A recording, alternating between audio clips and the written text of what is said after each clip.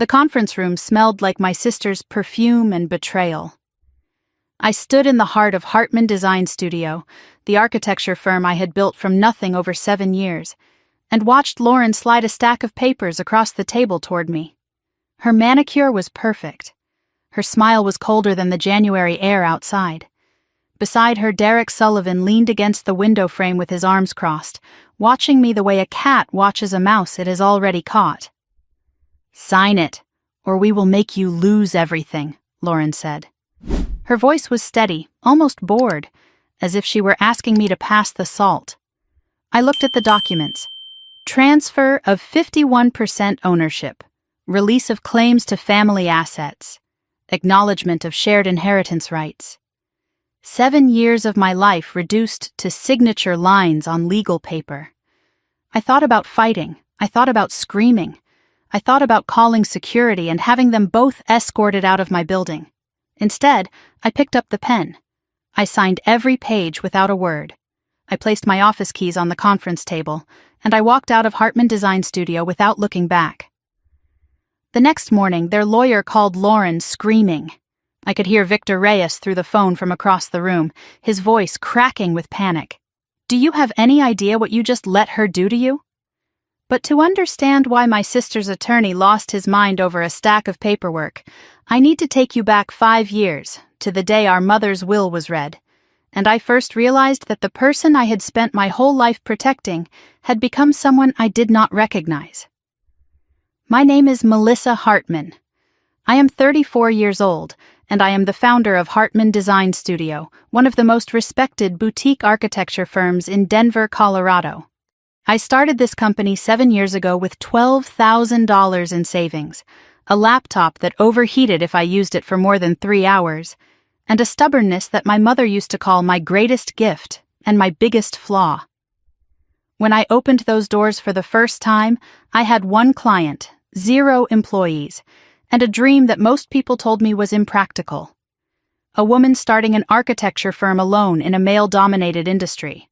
A woman who had never run a business, never managed employees, never negotiated a commercial contract. Everyone said I would fail within a year. They were wrong. Now I employ 15 architects, designers, and support staff. We have completed over 40 commercial projects across Colorado. Our work has been featured in regional magazines and industry publications.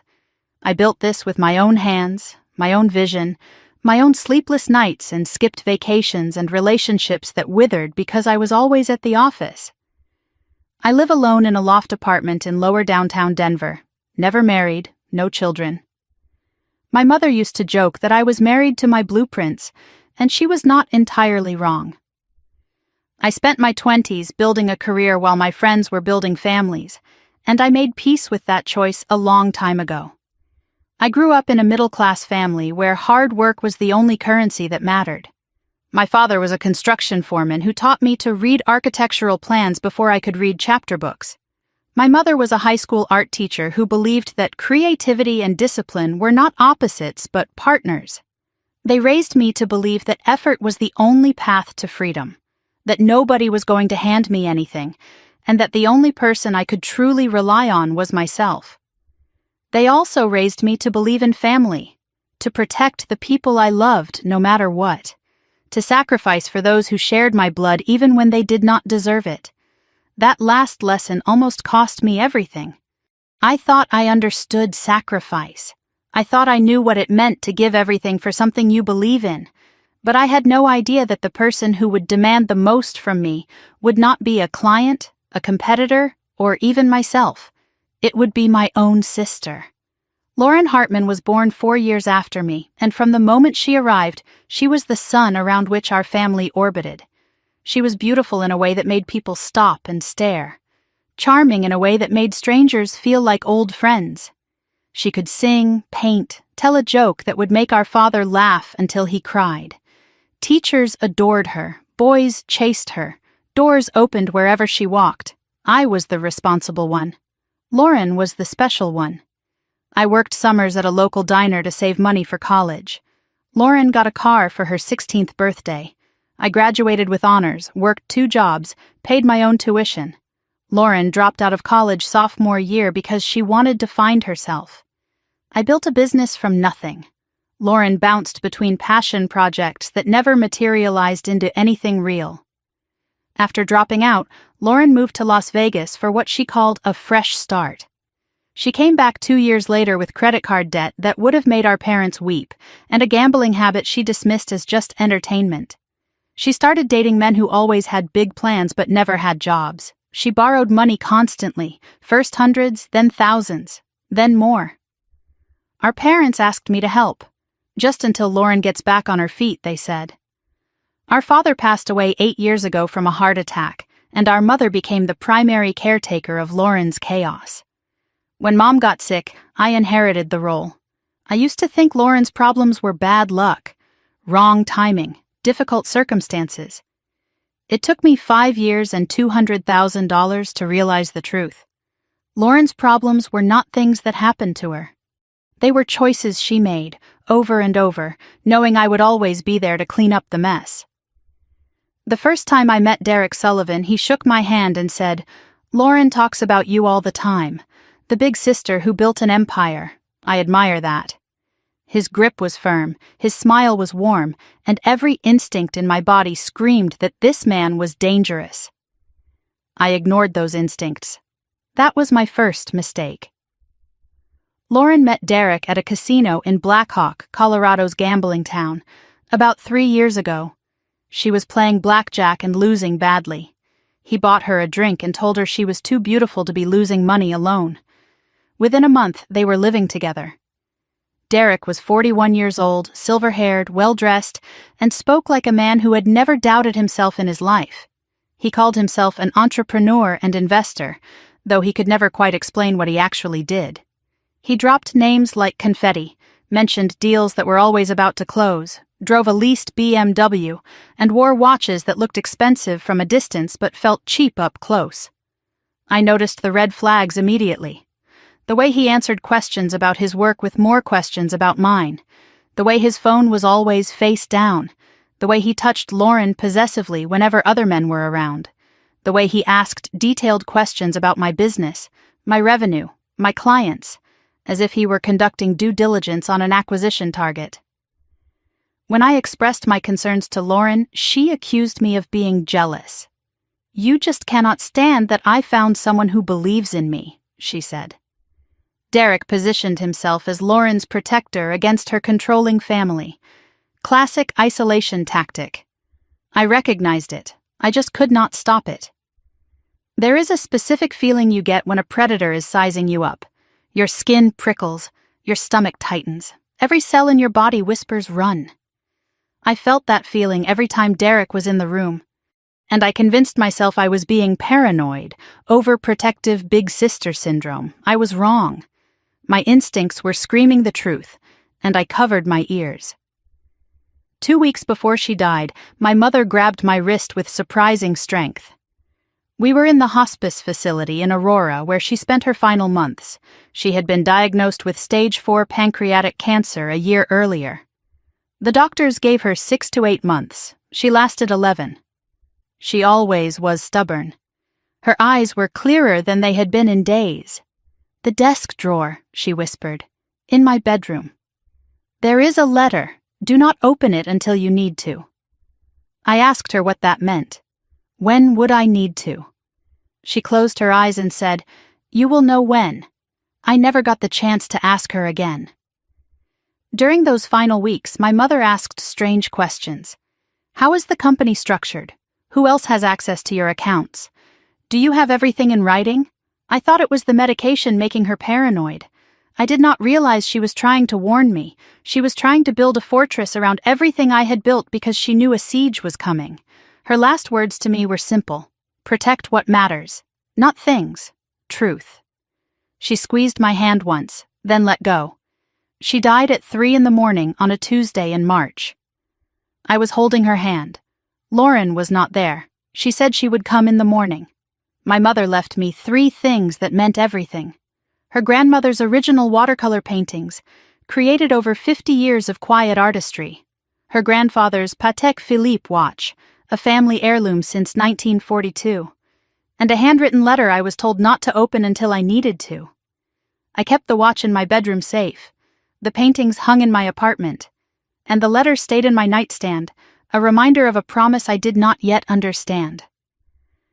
1 week after the funeral, we gathered in the law office of Patterson and Associates to read my mother's will. The attorney, James Patterson, had known our family for years. He looked uncomfortable from the moment Lauren walked in with Derek at her side. Derek had no legal standing to be there, but Lauren threatened not to come if he could not. Patterson allowed it, though he noted his objection for the record. The will was straightforward at first. The family home, valued at approximately $800,000, would be held in trust. Savings and investments totaling about $200,000 would be divided equally. Personal property would be distributed according to an attached inventory. Then came the provision that changed everything. Patterson cleared his throat. "There is an additional clause regarding the distribution to Lauren Hartman," he said. "Lauren's share of all assets would be held in a trust managed by me. She could access funds for reasonable living expenses with my approval, but full distribution would only occur after 5 years, and only if Lauren could demonstrate financial stability and independence from third-party influence. If Lauren contested the will, her share would revert entirely to me." Silence. Complete silence for 10 seconds. Then Lauren exploded. "What the hell is this?" She turned to me, her face twisted with fury. "You did this. You manipulated her. She was dying. She was on drugs. She did not know what she was signing." I watched Derek place a hand on Lauren's arm. She immediately went quiet. He leaned over and whispered something in her ear.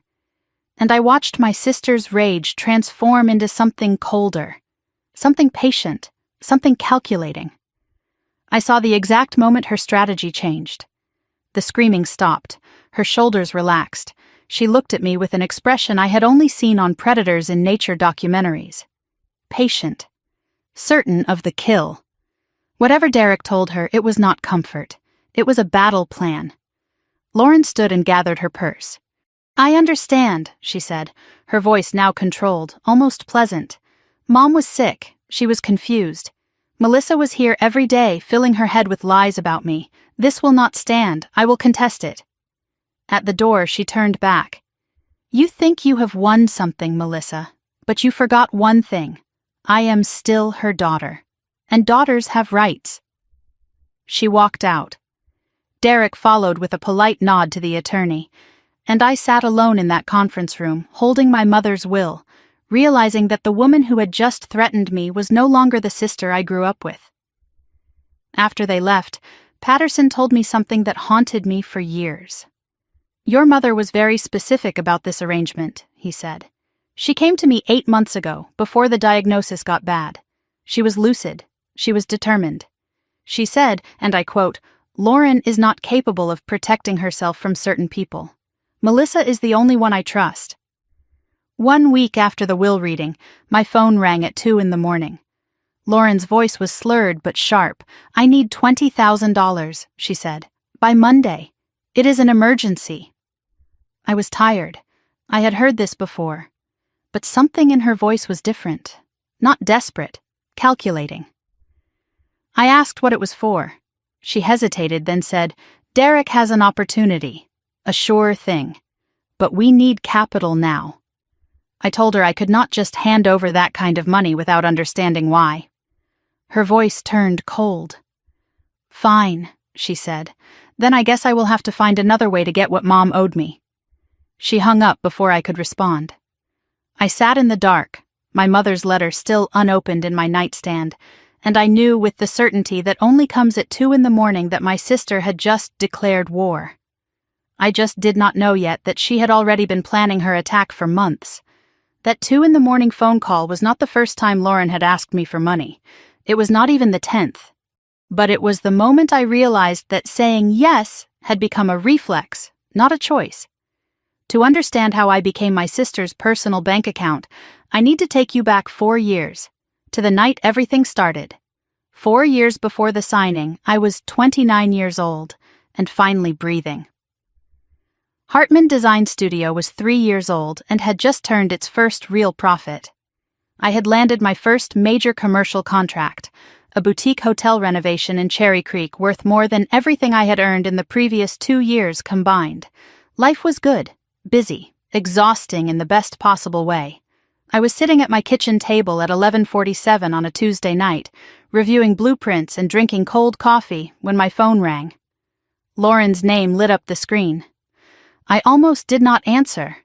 I had a presentation in the morning and needed sleep more than I needed another conversation about her latest drama. But she was my sister. So I picked up. Her voice was shaky. She had been crying. "Melissa, I messed up. I really messed up this time." I put down my pencil and gave her my full attention.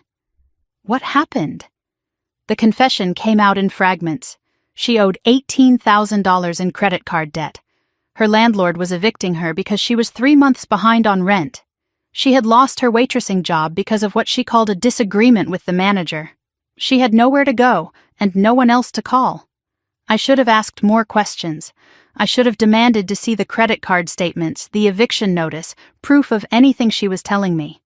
I should have asked how a waitress accumulated $18,000 in debt in less than a year. Instead, I said the words that would cost me over $200,000 over the next 4 years. "How much do you need?" I agreed to pay off the credit card debt and cover 3 months of back rent. $22,000, almost my entire emergency fund. Lauren promised this was a wake-up call. She swore she would pay me back. She said she was going to get sober, though I had not known until that moment that she had a drinking problem. She was going to take online classes to finish her degree. She was going to get a real job and start saving money like a responsible adult. I made her sign a promissory note. She rolled her eyes but agreed. I set up a budget spreadsheet for her to follow. I offered to help her find a job through my professional network. I did everything a responsible older sister would do to help her sibling get back on her feet. Week 1, Lauren was grateful. She texted me daily with updates about job applications and apartment hunting. Week 2, the texts slowed down. Week 3, she missed our scheduled check-in call. Week 4, I discovered she had never enrolled in the online classes she promised to take. When I confronted her, she said she needed time to decompress before starting school. She had found a part-time job at a boutique, just temporary, while she figured things out. She was doing better. She just needed space. I wanted to believe her. I needed to believe her, because if Lauren was lying, it meant I had just spent $22,000 buying myself a temporary illusion of peace. And I was not ready to admit that my sister had learned how to use my love as a credit line. 3 months after the first rescue, Lauren called me with news. Her voice was different this time, excited, hopeful, almost giddy. "Melissa, I met someone. He is amazing. You have to meet him." I agreed to dinner, cautiously optimistic that maybe this was the change Lauren needed. A stable relationship, someone to ground her, someone to help her become the person I still believed she could be. The restaurant was upscale, a place in lower downtown that I had always wanted to try but could never justify the expense. Derek Sullivan had insisted on paying, Lauren told me as we waited for him to arrive. He wanted to make a good impression. He walked in wearing a charcoal suit with silver cufflinks, the kind of man who knew exactly how good he looked and expected everyone else to notice. 41 years old, salt and pepper hair, a tan that came from golf courses rather than outdoor labor. His handshake was firm. His eye contact was direct. His smile was practiced to perfection. "Lauren talks about you all the time," he said, settling into his chair like he owned the place. The big sister who built an empire from nothing. I have tremendous respect for entrepreneurs. It takes a certain kind of person to bet everything on themselves. I asked him what he did for a living. He said he was an entrepreneur and investor, specializing in emerging opportunities.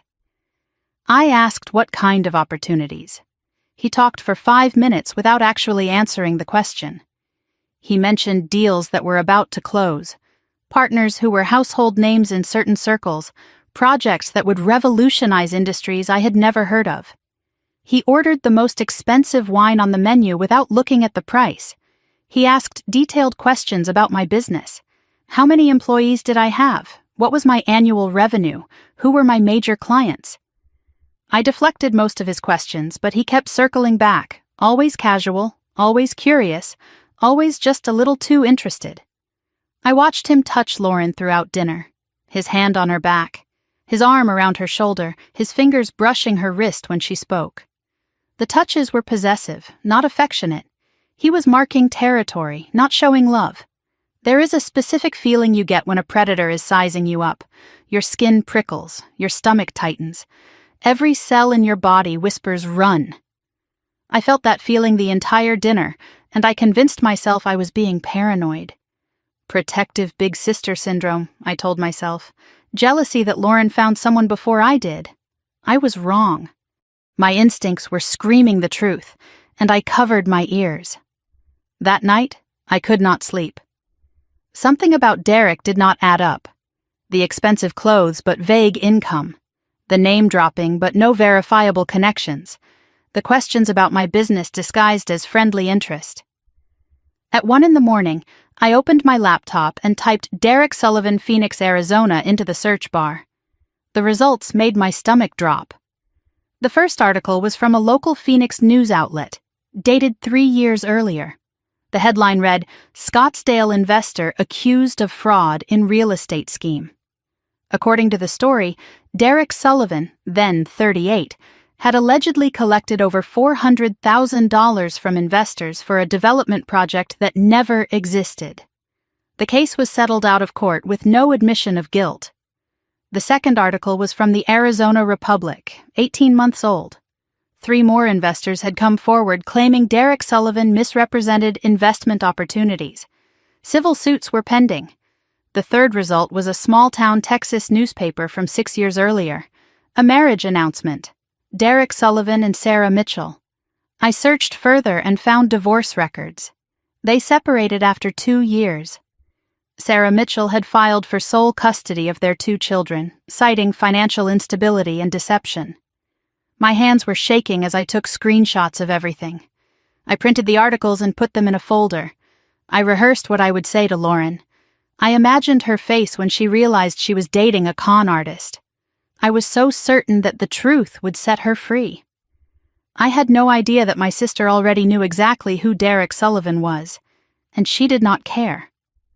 The next day, I invited Lauren to coffee. Just the 2 of us, no Derek. I brought the folder of printouts. She arrived late, glowing, talking about how wonderful Derek was, how he understood her in ways no one else ever had, how he believed in her potential. I slid the articles across the table. "Lauren, I need you to look at these." She glanced at the headlines, then pushed the papers back toward me. "I know." I stared at her. "You know? Derek told me everything." Those were misunderstandings. The investors were greedy.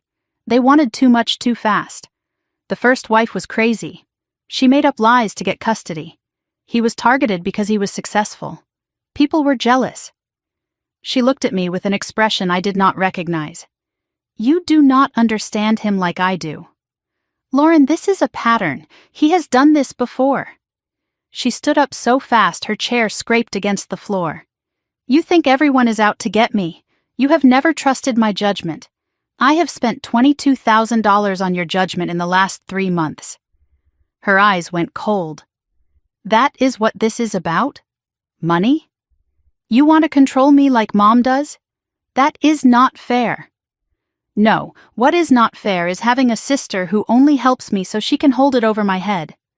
She grabbed her purse and looked at me with an expression I had never seen before. Not anger, not hurt, contempt. "Derek was right about you. He said you would try to break us up. He said you could not handle me being happy." She walked out, and I sat alone with my coffee growing cold, realizing that I had just watched my sister choose a con man over her own family, and there was nothing I could do to stop her. Over the next 12 months, the pattern established itself. Lauren would cut contact for weeks after every disagreement. Then the calls would start again. Always about money. Derek's investment opportunity needed seed capital, $8,000. Lauren's car broke down and she needed repairs, $3,000. Derek's ex-wife was harassing them and they needed a lawyer, $5,000. The rent was late again, $2,000. Derek had a sure thing but needed cash immediately. $15,000. I kept saying yes. I told myself I was protecting Lauren, keeping her safe, maintaining a connection so I could be there when she finally woke up. But the truth was simpler and uglier. I was afraid of losing my sister entirely, afraid of what would happen if I said no, afraid that cutting her off would mean admitting she was already gone. I started keeping a spreadsheet tracking every dollar I gave her. Month 1, $4,000. Month 3, $7,000. Month 6, $12,000.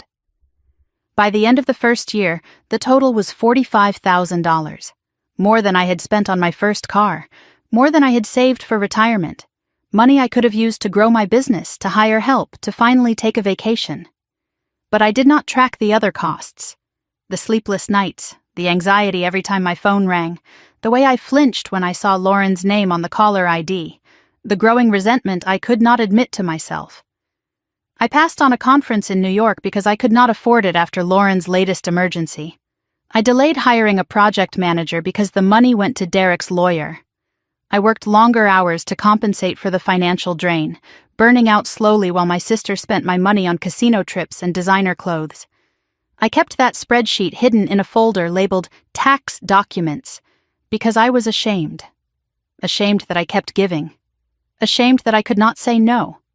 Ashamed that every time I swore this was the last time, I would hear Lauren's voice break and my resolve would crumble. $45,000 in 1 year.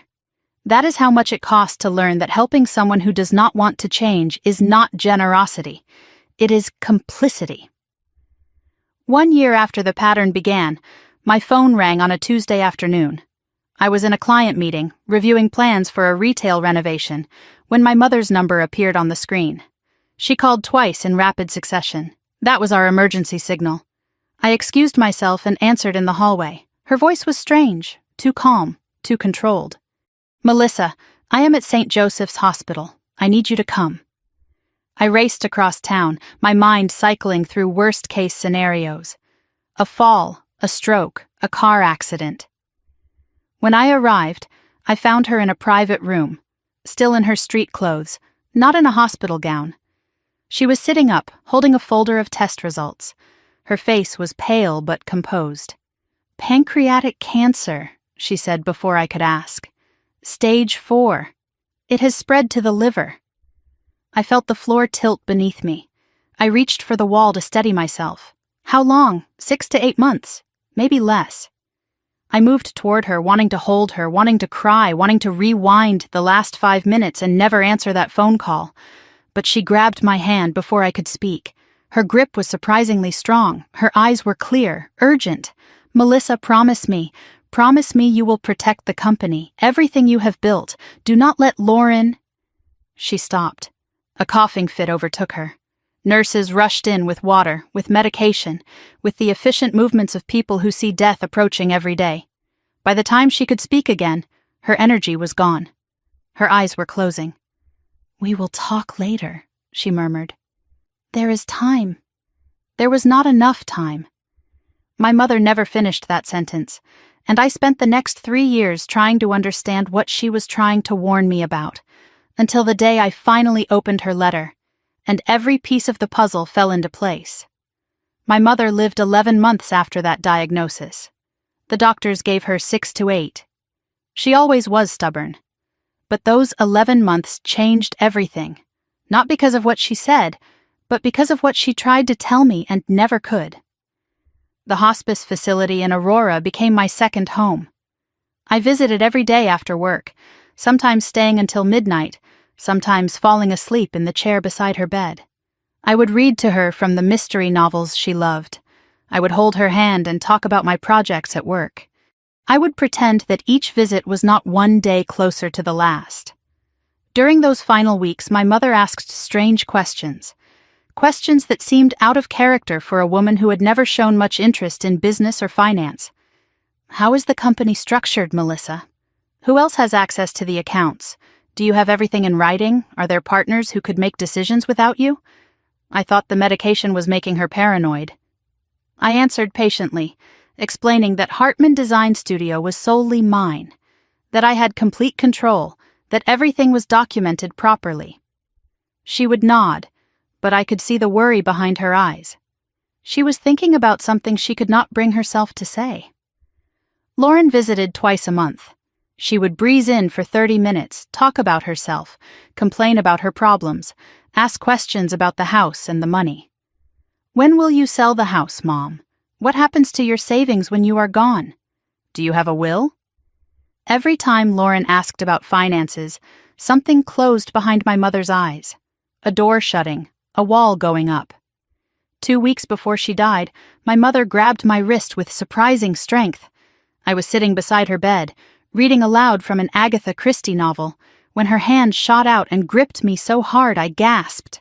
Her eyes were clearer than they had been in days, lucid, urgent, afraid. "The desk drawer," she whispered. "In my bedroom. There is a letter. Do not open it until you need to." I asked when that would be. How would I know when I needed it?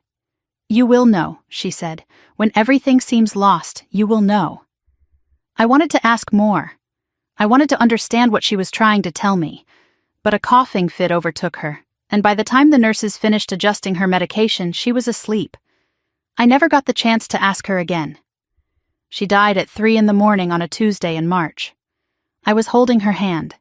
The hospice nurse, a kind woman named Maria who had cared for my mother with genuine compassion, stood quietly in the corner. The room was peaceful. The machines had been silenced. Outside the window, the first light of dawn was beginning to color the mountains pink and gold. Her last words to me had been simple.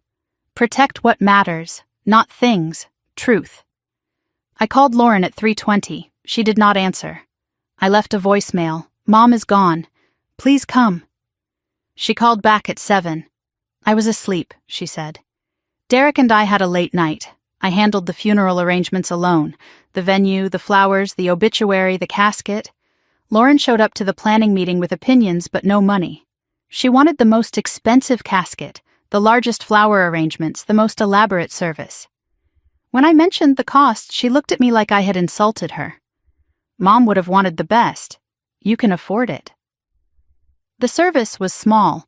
My mother's colleagues from the high school where she had taught art for 30 years. Neighbors, old friends, a few relatives from out of state who barely remembered her. Derek attended in a black suit that looked brand new, the tags probably still in his pocket. He shook hands, accepted condolences, played the role of devoted son-in-law with practiced ease. Lauren cried dramatically during the service. She accepted sympathy as if she had been the primary mourner, as if she had not spent her mother's final months chasing casino jackpots with her con artist boyfriend. I stood in the corner, numb, watching my sister perform grief for an audience while I held mine inside where no one could see it. At the reception, Derek approached me with a plate of food I had not asked for.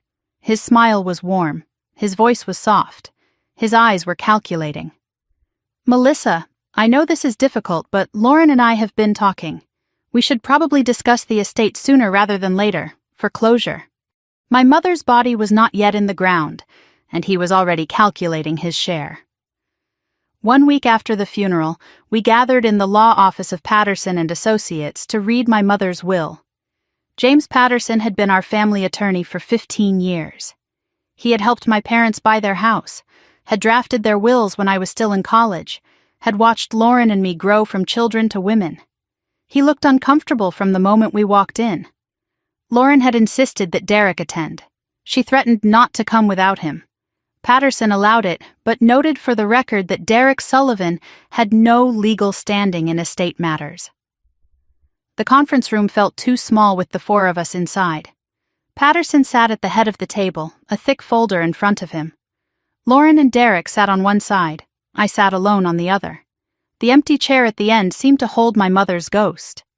Patterson cleared his throat and began reading.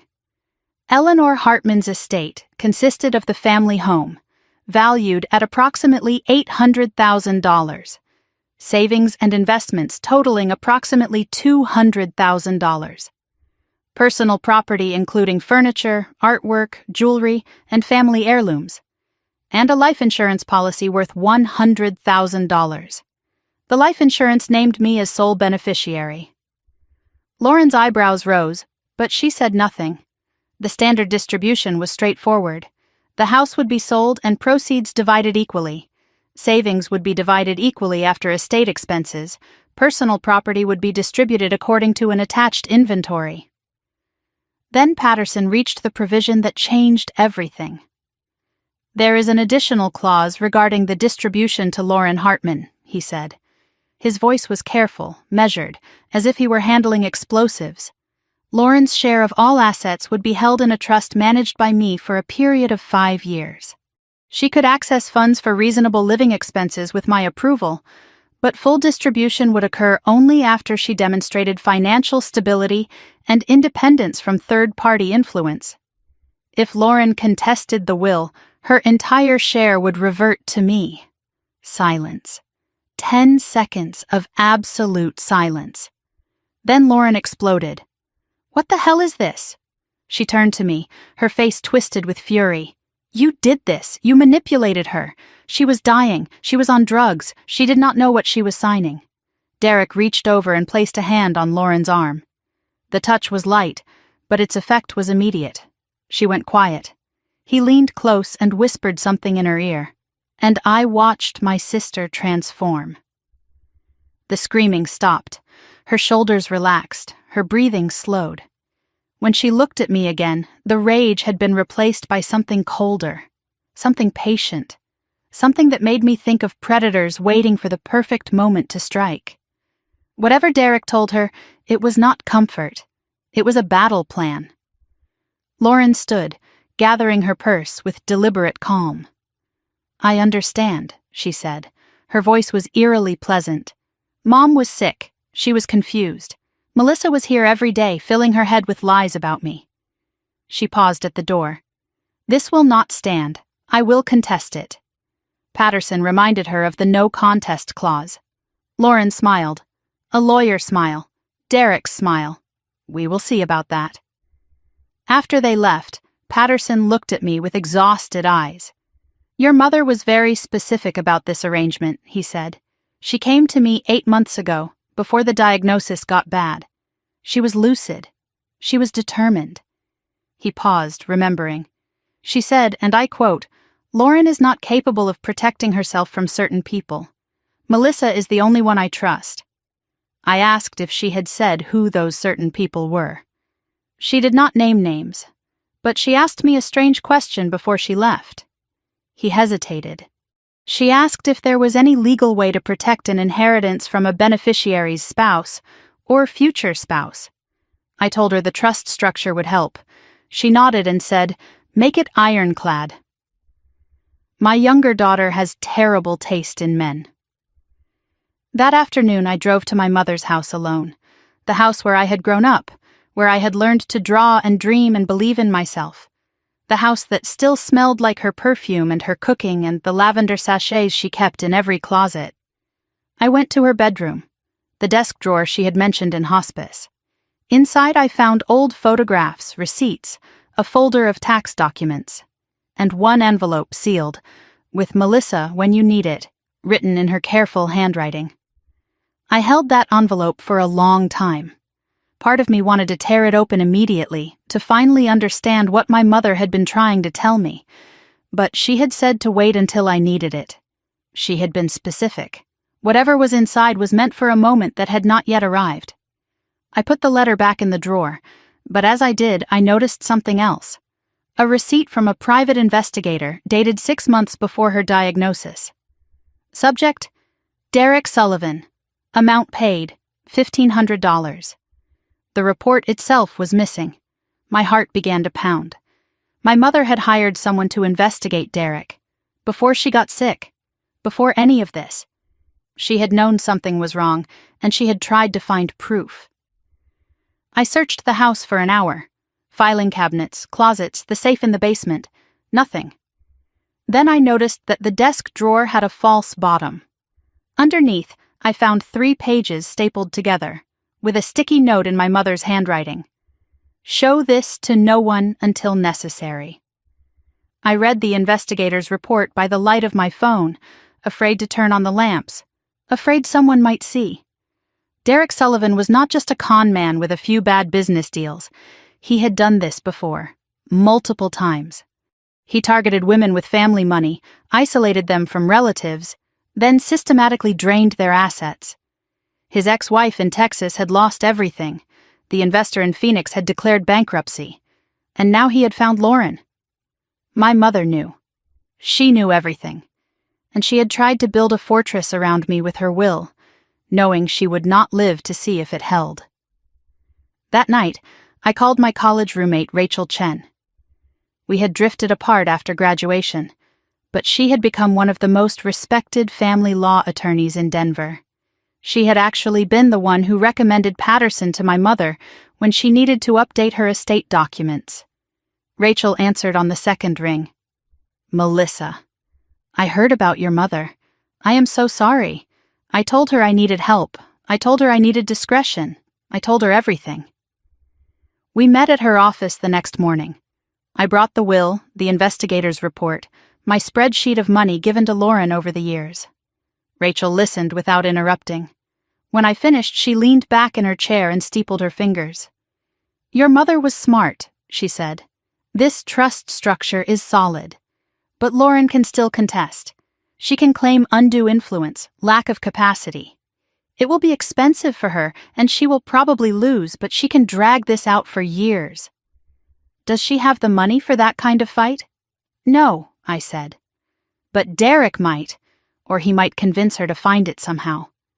Rachel nodded slowly. "Then we need to be prepared. Document everything from now on, every interaction, every request, every threat." She paused. "And Melissa, do not open that letter yet.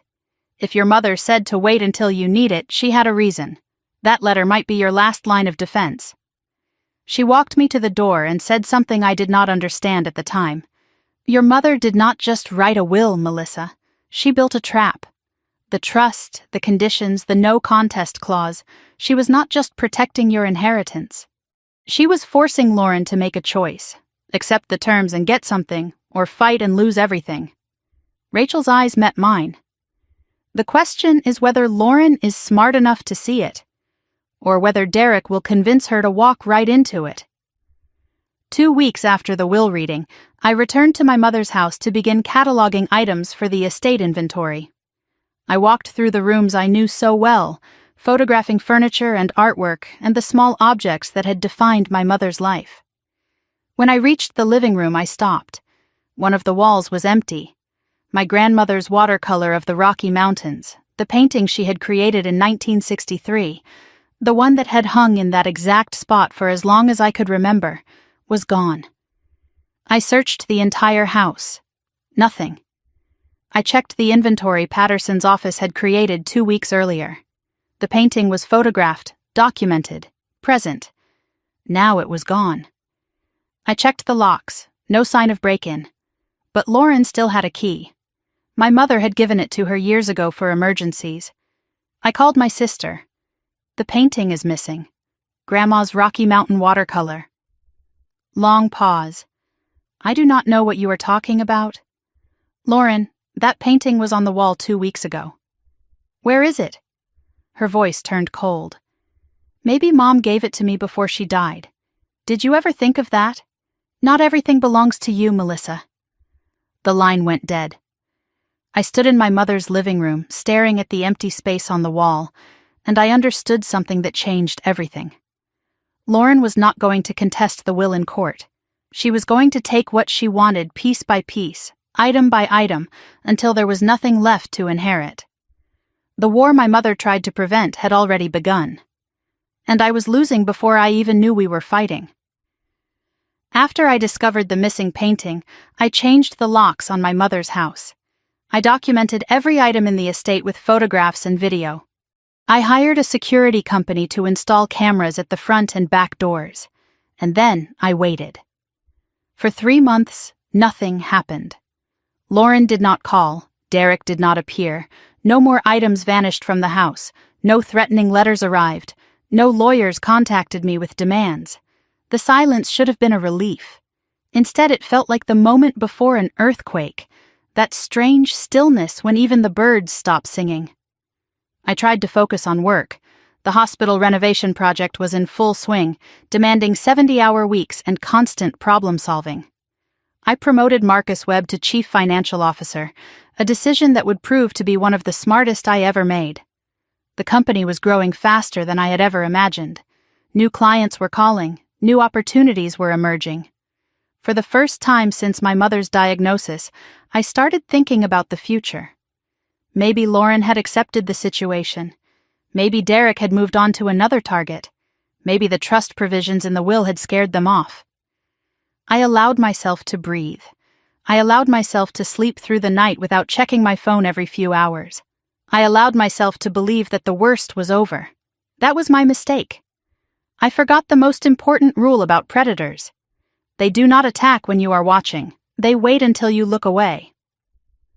The call came on a Tuesday evening, 3 months after the painting disappeared. I was working late at the office, reviewing blueprints for a commercial renovation, when my phone lit up with Lauren's name. I almost did not answer. Every conversation with my sister ended the same way, with her asking for something and me feeling guilty for existing. But something made me pick up.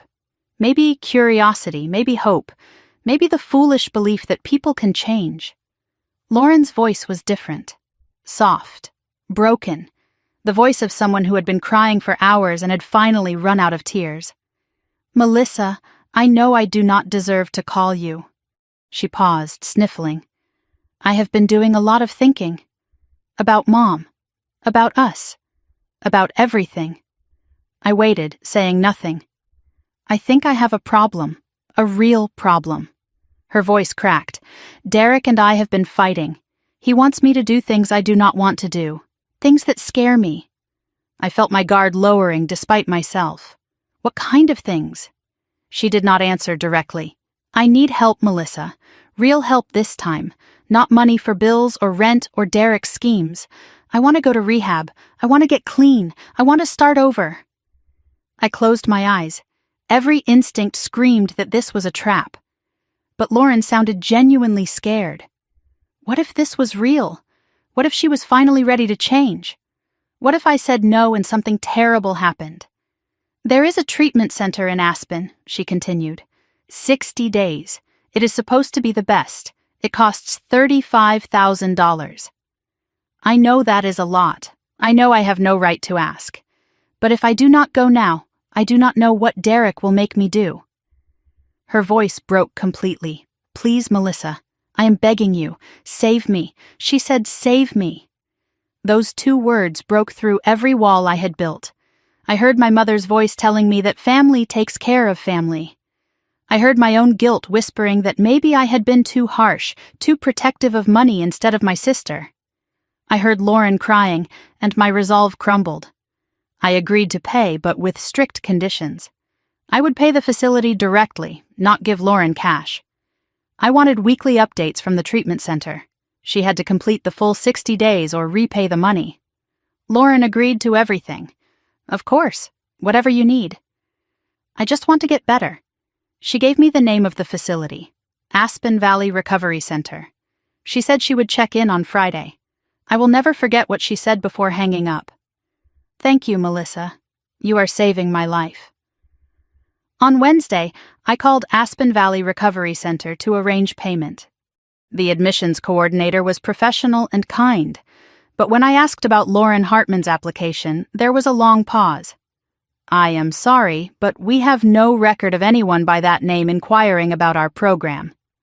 I called Lauren immediately. "They do not have your application." She had an explanation ready. "I was going to apply after I knew you would pay. I did not want to waste their time if it was not going to happen." I insisted on making the reservation myself. I booked a room starting Friday, paid the $35,000 deposit with my credit card, and offered to drive Lauren to Aspen personally. "No," she said quickly. "Derek will take me. It is fine. I do not want to make a scene." Friday came. At 3 p.m, I called the facility to confirm my sister had arrived. "Miss Hartman has not checked in yet." I called Lauren. No answer. I called Derek. Straight to voicemail. 6 o'clock, 7 o'clock, 8 o'clock, nothing. Saturday morning I called Aspen Valley again. The admissions coordinator sounded uncomfortable. "We received a cancellation request yesterday morning. The deposit was refunded to the card on file." I checked my credit card statement. No refund. I checked my email. There was a forwarded confirmation from Aspen Valley, but it had been sent to an address I did not recognize. Someone had accessed my email and redirected the refund to a different account. $35,000. Gone.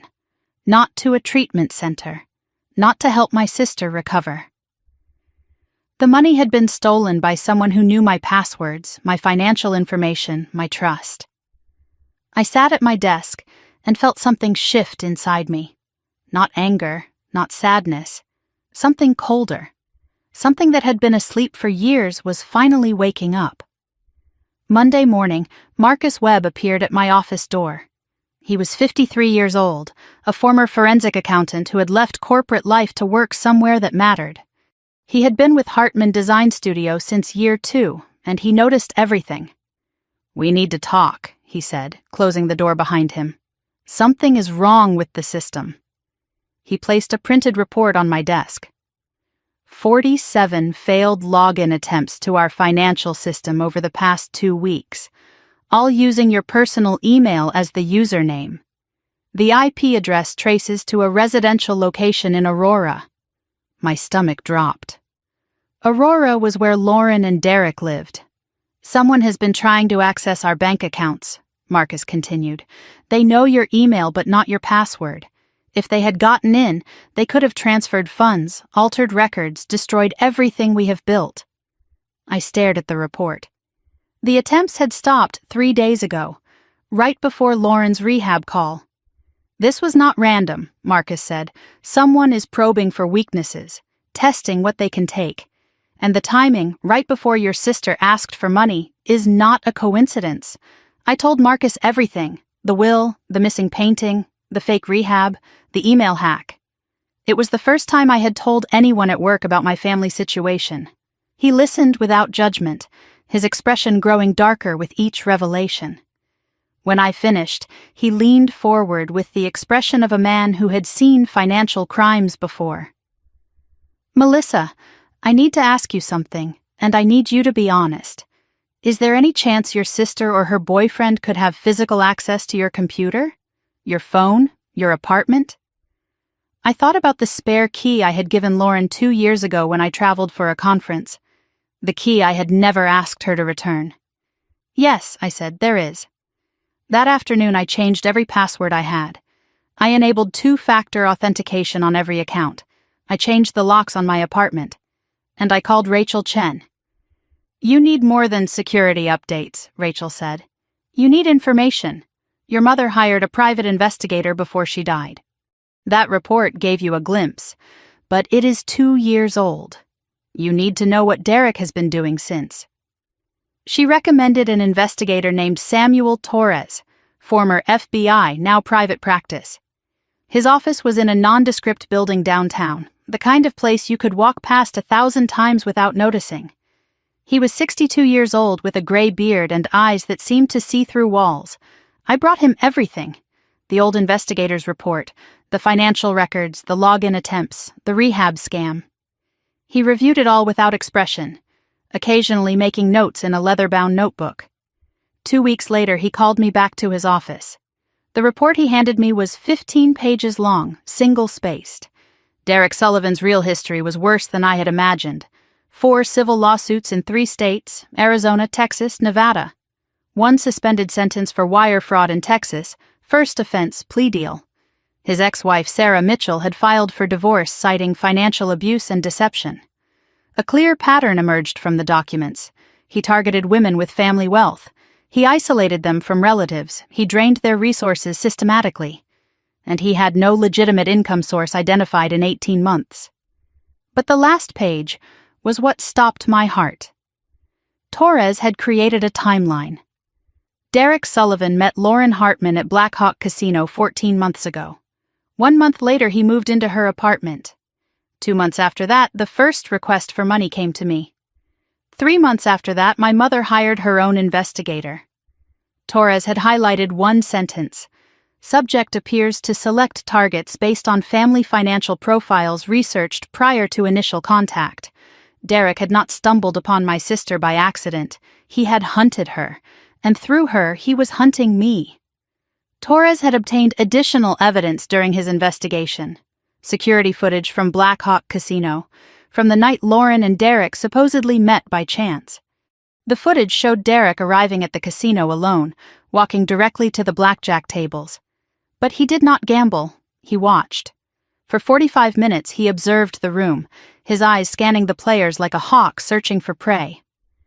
When he finally approached Lauren, she had been losing badly for hours. He already knew her name. Torres dug deeper. 3 weeks before that night, someone had searched public records for Eleanor Hartman's property holdings. The search originated from a Phoenix IP address, Derek's previous residence. He had researched my family before he ever set foot in that casino. He knew about my mother's house, its value. He found my mother's daughters through property records. He discovered Lauren had a gambling problem through social media posts she later deleted. He knew exactly where to find her and exactly what to say. I watched that footage 3 times. The way Derek circled Lauren like a shark sensing blood in the water. The way he waited until she was emotionally vulnerable, down $2,000 and drinking too much. The way he offered to buy her a drink with a smile that now looked less like charm and more like a trap snapping shut. My sister did not find a boyfriend. She was recruited by a predator. And I had spent 2 years blaming her for her own victimization when the truth was more complicated and more terrifying. 1 week after receiving Torres's report, an email arrived from the law offices of Victor Reyes and Associates. The subject line read, "Notice of intent to contest estate of Eleanor Hartman." Lauren was formally contesting our mother's will. The grounds cited were undue influence, lack of testamentary capacity, and fraud. The document claimed that Eleanor Hartman had been manipulated by her elder daughter during a period of mental incapacity caused by terminal illness. It demanded immediate removal of all trust restrictions and equal distribution of estate assets. If I did not comply within 30 days, Lauren would file suit. The letter mentioned additional evidence of my alleged financial manipulation of our mother. Victor Reyes was known as the most aggressive estate litigation attorney in Colorado. His fees started at $500 per hour. Someone was paying for this fight, someone who expected a big payout. I forwarded the email to Rachel Chen with a single sentence. "They just declared war. Tell me how to win." I sat in my office, the investigator's report on one side of my desk and the lawsuit thread on the other, and I realized something that changed everything. My mother had not just written a will. She had drawn a line in the sand and dared Lauren to cross it. Now Lauren had crossed it. And buried somewhere in Torres's 15 pages was the ammunition I needed to end this, not by running away, not by paying them off, but by letting them destroy themselves.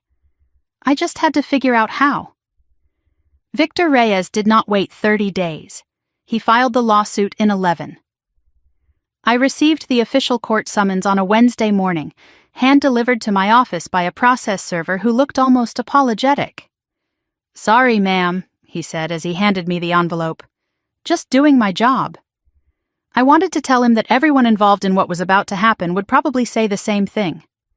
The lawsuit was 43 pages of lies dressed in legal language.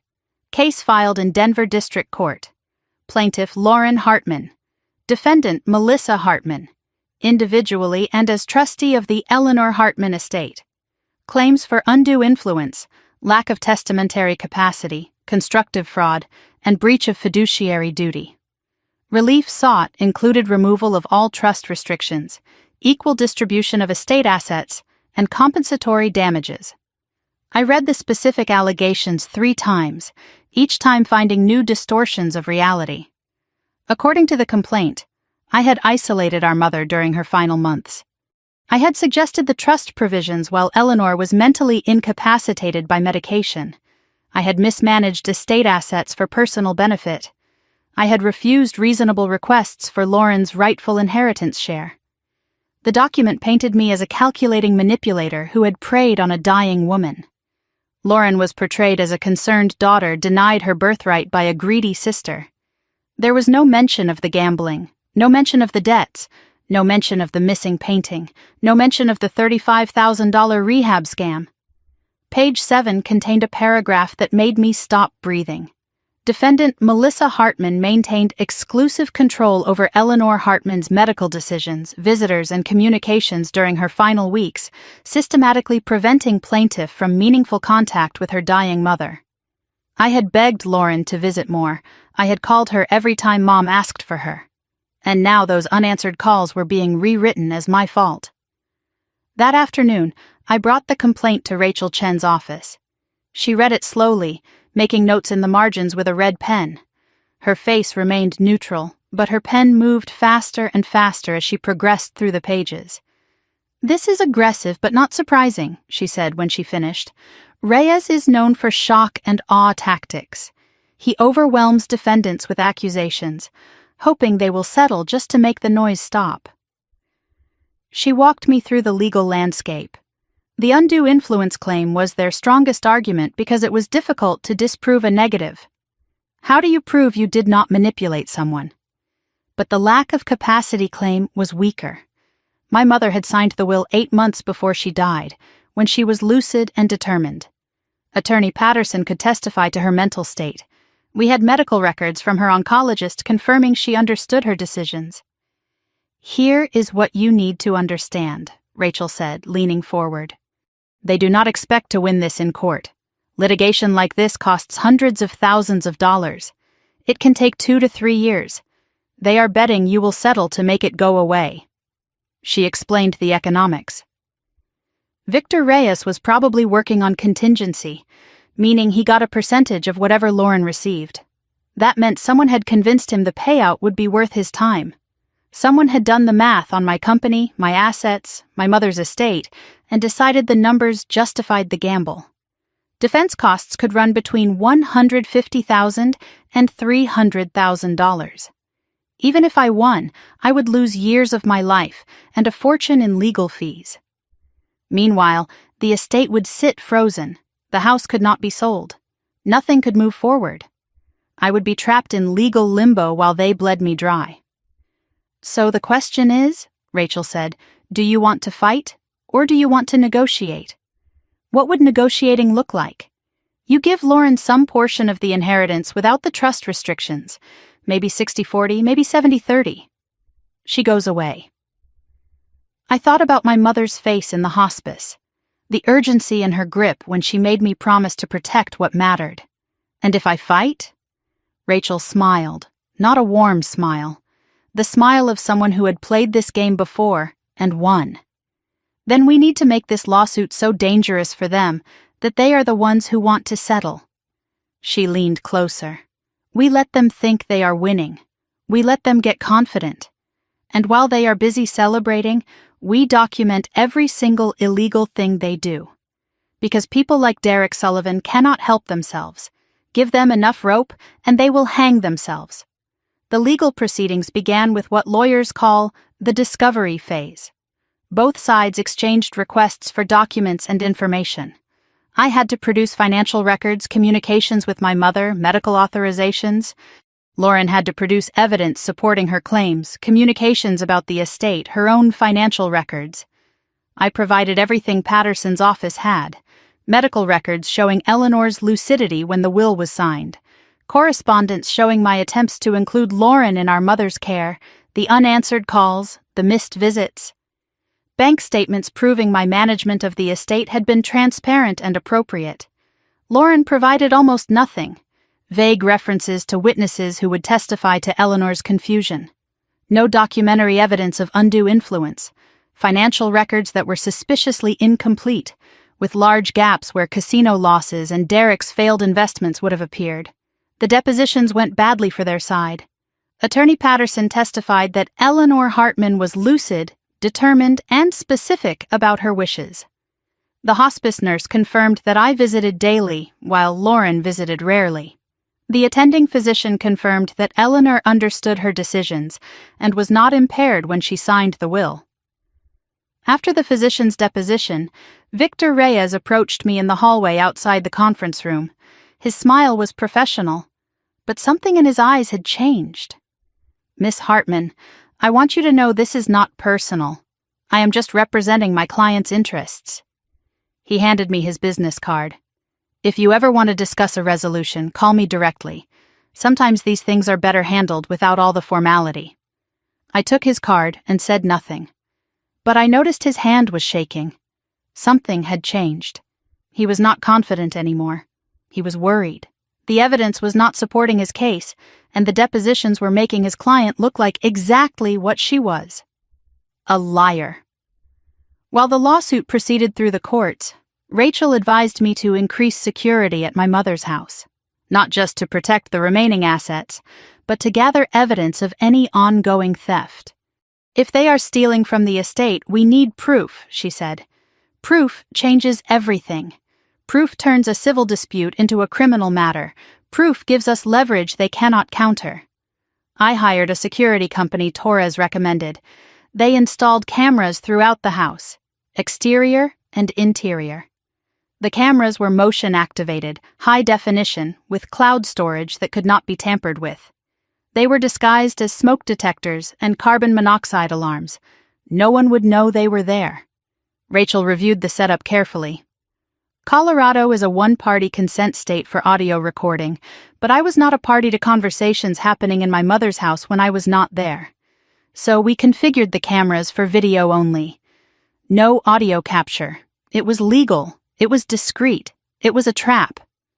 For 3 weeks, nothing happened. The cameras captured raccoons in the backyard, a stray cat on the porch, the lawn service mowing the grass. I started to wonder if I was being paranoid, if Lauren and Derek had moved on to other schemes, if the lawsuit was their only play. Then, at 2:47 on a Thursday morning, my phone buzzed with a motion alert. I opened the security app and watched in real time as Derek's BMW pulled onto the side street behind my mother's house. The headlights went dark. 2 figures emerged from the car, Lauren at the back door with a key I had thought I had deactivated. The locksmith must have given her a copy before changing the locks. They entered the house, flashlights scanning the darkness. I watched my sister walk through our mother's home at 3 in the morning, opening drawers, checking closets, moving from room to room like she was shopping at a store where everything was free. Derek followed behind her with a large duffel bag. They were not looking for documents or sentimental items. They were loading up anything valuable they could carry. The cameras captured 47 minutes of footage across 6 rooms. Lauren and Derek moved systematically through the house, taking inventory like professional burglars. They took 2 more of grandmother's watercolor paintings. They took the silver tea service that had belonged to my great-grandmother. They took a collection of first-edition books my father had spent decades acquiring. But the moment that nearly broke me was when Lauren entered our mother's bedroom. She went straight to the closet, pushed aside the clothes our mother would never wear again, and found the small fireproof safe Eleanor had kept hidden behind her winter coats. Lauren knew the combination. Our grandmother's birthday, a number we had both memorized as children. She opened the safe and removed everything inside. Our parents' marriage certificate, my birth certificate, the deed to the house, stock certificates worth approximately $40,000, and the Patek Philippe watch I thought had been stolen months earlier. The watch had been in the safe all along.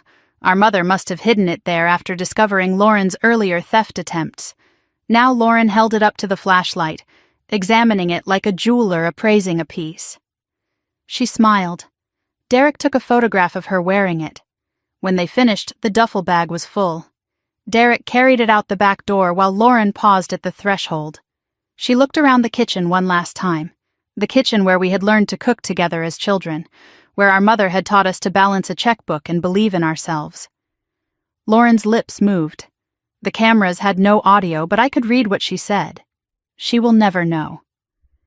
I saved the footage to 3 separate locations: cloud storage, external hard drive, a flash drive that I gave to Rachel the next morning. Then I did the hardest thing I had ever done in my life. Nothing. I went back to bed. I went to work the next day. I smiled when Lauren called me that afternoon to ask, sweetly, if I had reconsidered settling the lawsuit. I am thinking about it, I told her. These things take time. And all the while, I was building a case that would destroy her. 2 weeks later, they came back. Same time, around 3 a.m, same method, back door, flashlights, duffel bag. But this time, they brought a rental van. They took the dining room set, antique mahogany, worth approximately $15,000. They had to make 3 trips to load it. They took Eleanor's collection of vintage cameras, a hobby she had pursued for 40 years.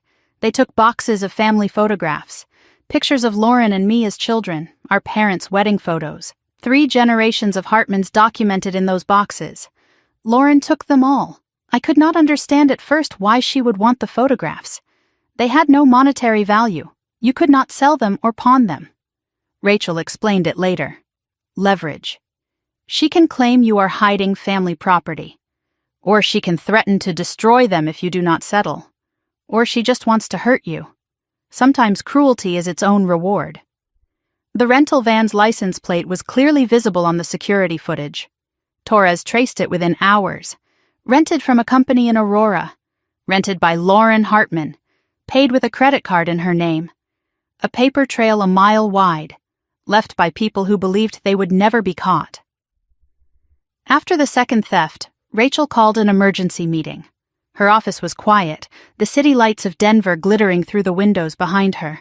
She spread the evidence across her conference table like a general planning a battle.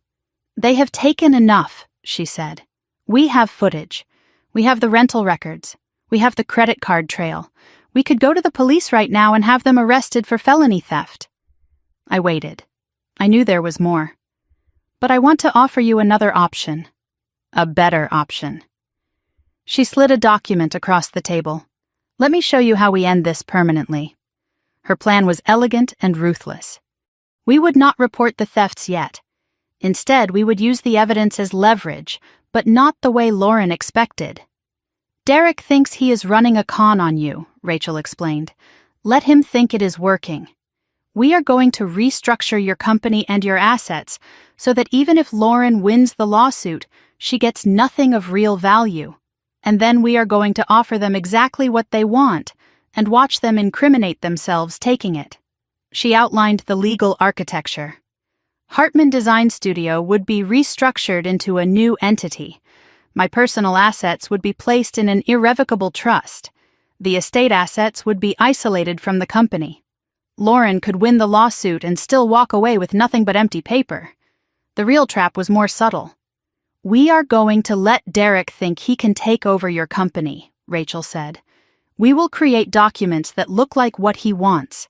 He will sign them thinking he is winning, and those signatures will be his confession." I looked at the surveillance footage one more time, Lauren laughing while wearing our mother's watch, Derek photographing her like she was a trophy he had won. "Do it," I said. "Whatever it takes." Rachel nodded and picked up her phone. "I will call Marcus. We need to start the restructuring tonight. By the time they realize what is happening, it will already be too late."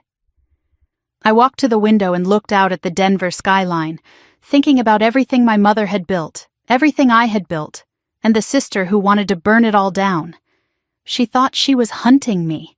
She had no idea she was walking into a trap that our mother had started building years ago, and I was about to finish it. Rachel called it strategic surrender. I called it the hardest acting job of my life. For the next 4 months, I became someone I barely recognized. A woman crumbling under pressure. A woman desperate to make the lawsuit disappear. A woman willing to negotiate away everything she had built just to find peace. Every phone call, every meeting, every interaction was a performance designed to make Derek Sullivan believe he had already won. The transformation started with small changes. I wore less makeup to meetings. I let my hair look slightly disheveled. I arrived 5 minutes late instead of 5 minutes early, apologizing profusely for delays that did not exist. I let my voice crack when discussing the lawsuit. I sighed heavily, rubbed my temples, appeared distracted and overwhelmed. The phone calls with Lauren became my most demanding performances. I initiated contact for the first time in months, calling her on a Tuesday evening with carefully rehearsed hesitation in my voice. "Lauren, I have been thinking, maybe we should talk." Silence on the other end, then suspicion. "About what?" "This lawsuit is destroying me. I cannot sleep. I cannot focus on work." My voice trembled perfectly. What would it take to make this go away? I could hear her interest sharpen. Derek's coaching had prepared her for this moment. She had been waiting for me to break. Within days, Derek started joining our calls. "Just to help mediate," he said. His tone was sympathetic, understanding, dripping with false concern. "Melissa, we never wanted it to come to this. Lauren just wants what is fair. Maybe if we could find a middle ground, everyone could move forward." His kindness made my skin crawl, but I played my part. I thanked him for his understanding. I apologized for being difficult. I asked for his guidance on how to resolve this peacefully. I played the broken woman so well that sometimes I forgot I was acting. There were nights I would hang up the phone after talking to Lauren and have to remind myself that the desperation in my voice was a weapon, not a wound. The hardest part was not letting them see my hatred. The second hardest part was not laughing when Derek called me family. While I performed weakness for my sister and her boyfriend, Rachel and Marcus and I worked through the nights rebuilding everything behind the scenes. The corporate restructuring was complex but essential. Hartman Design Studio, the company I had built over 7 years, existed as a limited liability company with me as the sole owner. That structure was vulnerable. If Lauren won a judgment against me personally, she could potentially claim my ownership stake. We needed to make that impossible. On paper, we dissolved Hartman Design Studio LLC. In its place, we created a new entity called Rocky Mountain Architecture Partners LLC. I held 51%. Marcus held 49%. The partnership agreement contained provisions that would make any hostile takeover worthless. No partner could transfer shares without written consent of the other. Any attempt to seize shares through legal judgment would result in automatic buyout at book value, which meant pennies on the dollar compared to actual worth. The operating agreement explicitly superseded any court order regarding individual partner assets. Marcus had right of first refusal on any share sale. The genius of this structure was simple. Even if Lauren won the lawsuit, even if a court ordered me to give her my share of the company, she would receive worthless paper. Shares she could not sell, shares she could not control, shares that gave her no voice in how the company operated. The real value of everything I had built was protected behind walls she could not breach. Marcus signed the partnership agreement at 11:47 on a Tuesday night. When he put down the pen, he looked at me with an expression I had never seen before. "You know, when you hired me 6 years ago, you told me this company was your dream." He smiled slightly. "I did not realize until now that you would burn it to the ground before letting someone steal it." I shook his hand. "Not burn it. Rebuild it somewhere they cannot reach." My personal assets required different protection. Rachel set up an irrevocable trust, a legal structure that would remove everything I owned from my name while still allowing me to benefit from it. She served as trustee, with a professional trust company named as successor. I became a beneficiary of my own assets rather than their owner. It sounds strange, but the distinction was crucial. A beneficiary cannot have their interest seized to pay judgments. The trust, not me, owned everything.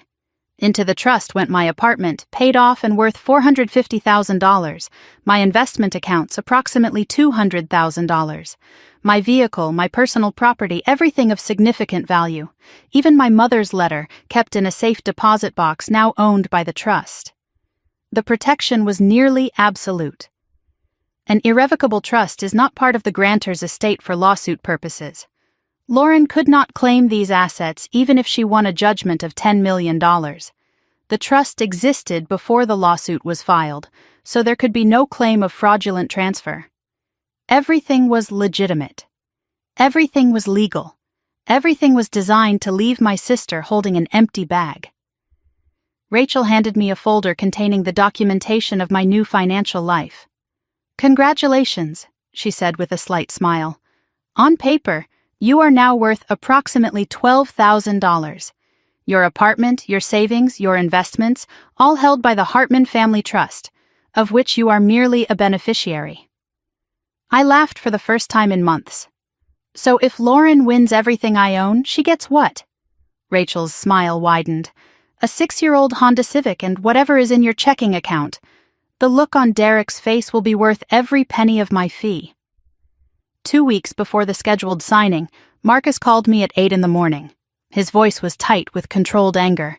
We have a problem, a big one. Westfield Development was one of the largest commercial developers in Colorado. They had approached Hartman Design Studio about a mixed-use project in the River North District. The contract was worth $3.2 million over 18 months.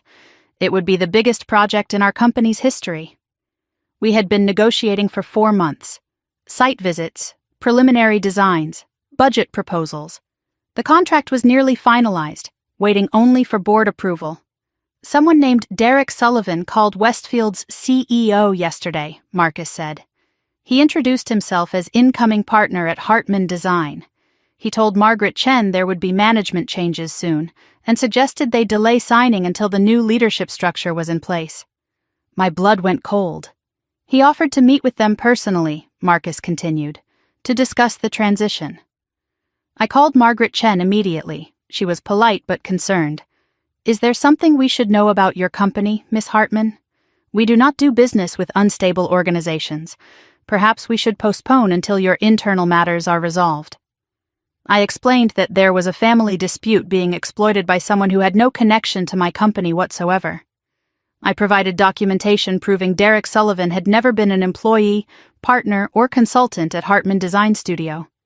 I assured her that our restructuring was for tax purposes only and would not affect project delivery. Margaret Chen was skeptical but agreed to continue negotiations. For now. After I hung up, I sat in my office and felt something unexpected. Gratitude. Derek had just committed fraud by impersonating a company representative.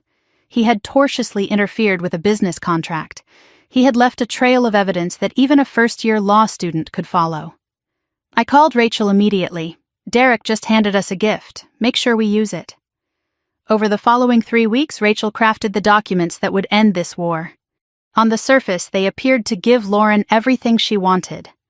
Underneath, they contained provisions that would destroy her case completely. The first document was titled Settlement Agreement. It acknowledged Lauren's valid claims to the estate and provided for equitable distribution of assets. Sounds like a victory for her.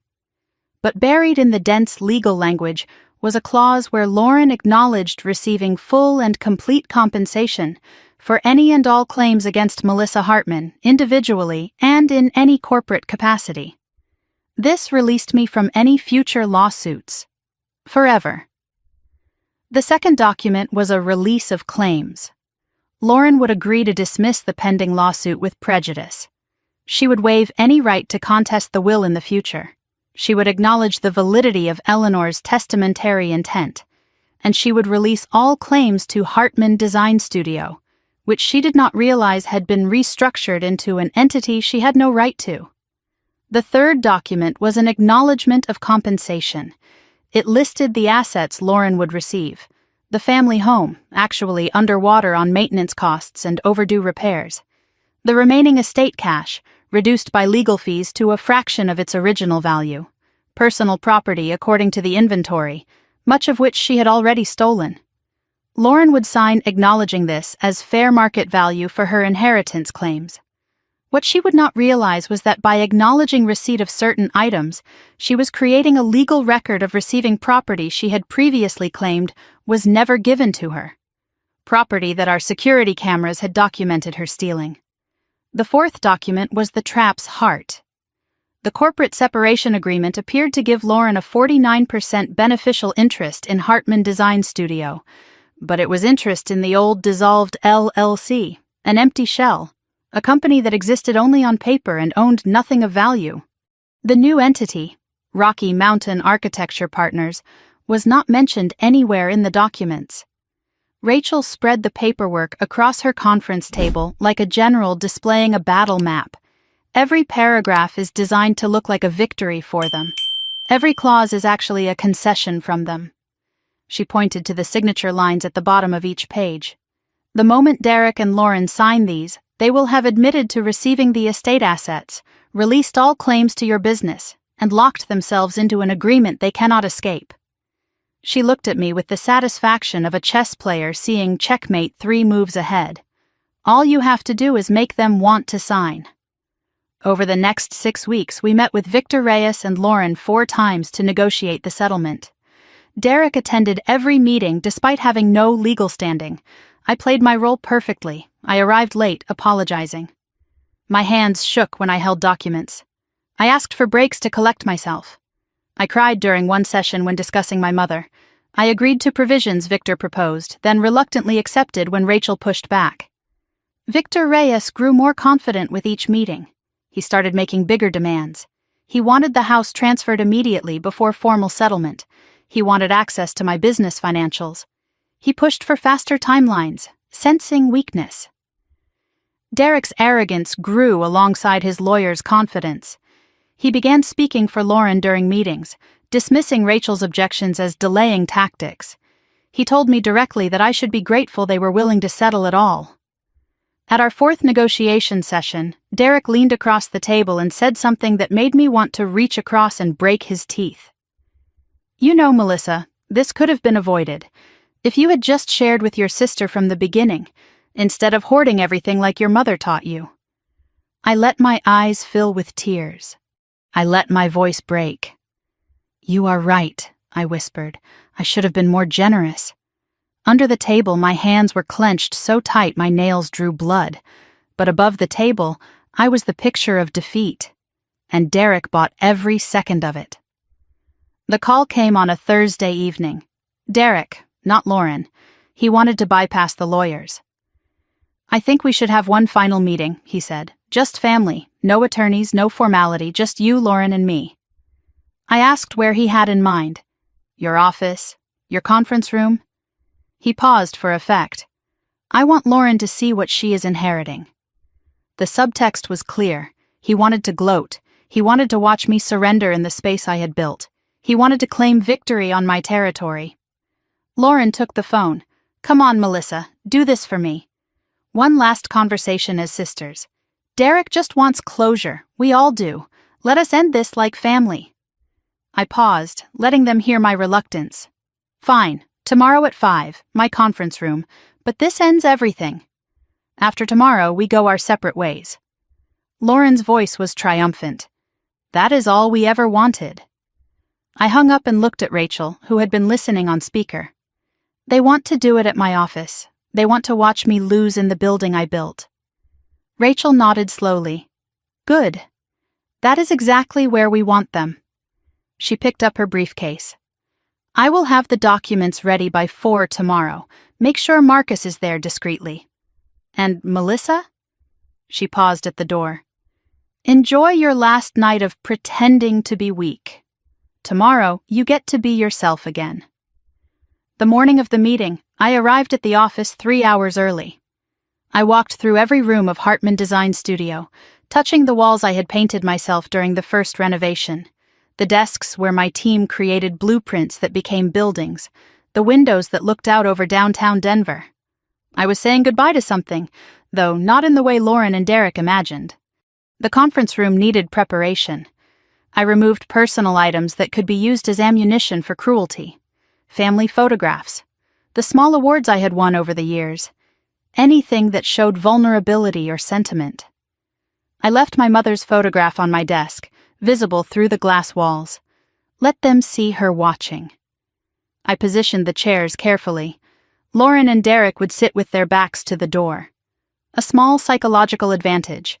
They would not see Marcus if he needed to enter. They would not notice Rachel's assistant in the hallway, ready to serve documents if our plan changed.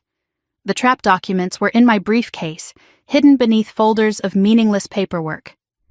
Derek and Lauren would bring their own demands. Whatever Victor Reyes had prepared. The plan was simple. Let them present first. Let them feel powerful. Then reluctantly offer the settlement as a countermeasure. They had to believe they were winning until the moment the trap closed.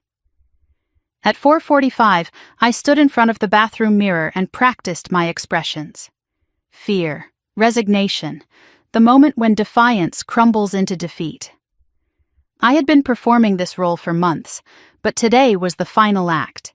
If I overplayed it, they would suspect. If I underplayed it, they would push harder. I had to be exactly broken enough to sign, exactly proud enough to make them savor the victory. I had 15 minutes to become the sister they thought they had destroyed. At 5 o'clock exactly, the elevator doors opened.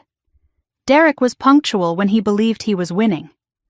Lauren walked in first, wearing designer clothes I did not recognize, probably purchased with money from the pawned watch. Her makeup was flawless. Her posture radiated confidence. She scanned the office like a buyer inspecting a property she had already decided to purchase.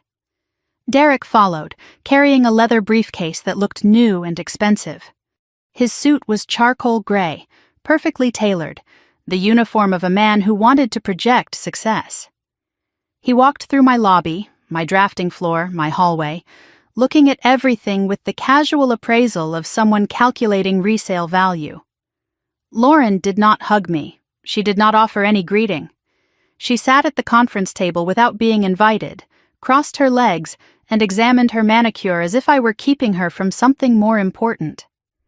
Her eyes kept drifting to my desk, to the view, to the artwork on the walls. She was already mentally redecorating. Derek shook my hand with exaggerated warmth. "Melissa, thank you for agreeing to this. I know it is not easy." He chose the seat at the head of the table, a power move, taking the position of authority in my own conference room. He opened his briefcase with theatrical slowness, as if unveiling something precious. "Beautiful space," he said, looking around. "You have done well for yourself." He paused. "I hear the Westfield project is moving forward. Congratulations." The mention of Westfield was deliberate, a reminder that he had tried to sabotage it, a signal that he could try again. I swallowed my rage and thanked him quietly.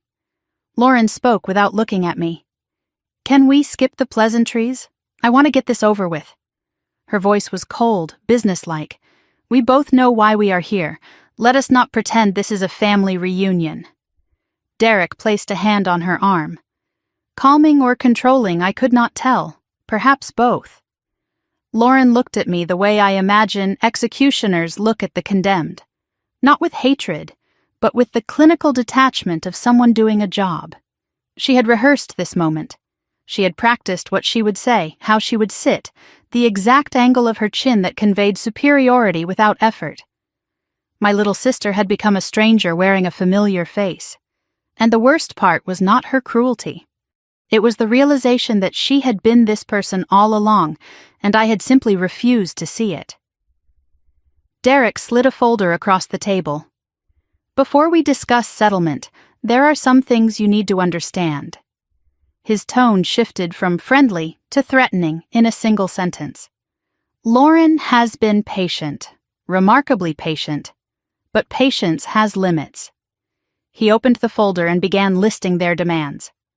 Immediate transfer of 51% of Hartman Design Studio to Lauren.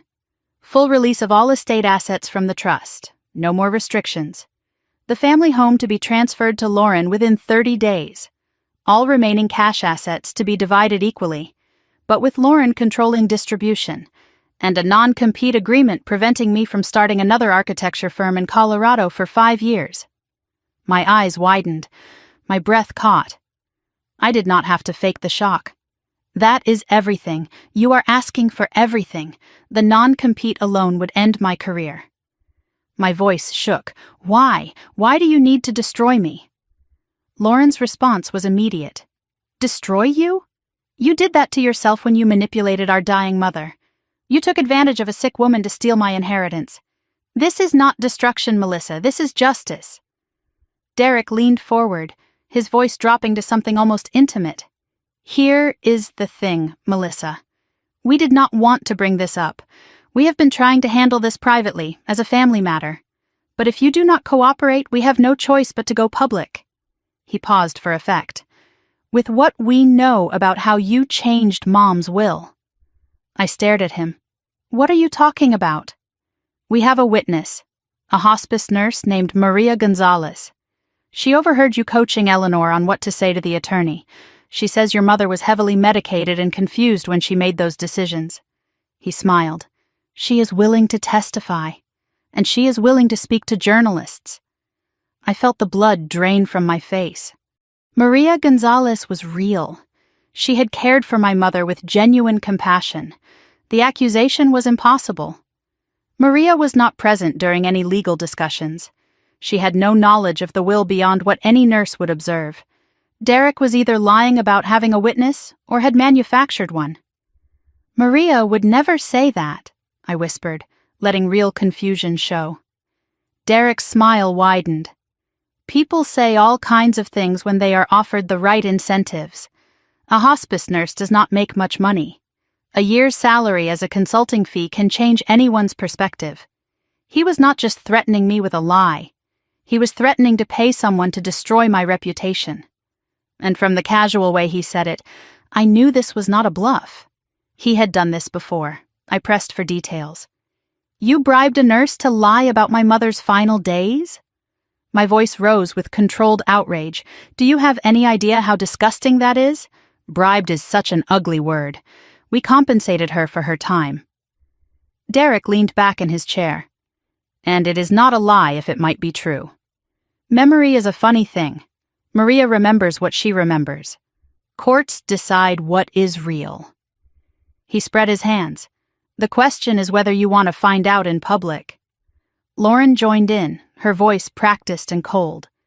Think about what this would do to your business, Melissa. An accusation of elder abuse, manipulation of a dying cancer patient. Even if you win in court, you lose everything else. Clients do not hire architects who might have abused their mothers. Derek mentioned that he had contacts in local news. A story about inheritance fraud, a heartbroken younger daughter, a suspicious will. These things take on a life of their own once they are out there. Even a retraction does not undo the damage. You know how the internet works. I let myself crumble, shoulders slumping, hands trembling. The picture of a woman who has finally been broken. What do you want me to do? Just give you everything? My voice cracked. I built this company. I worked for 15 years.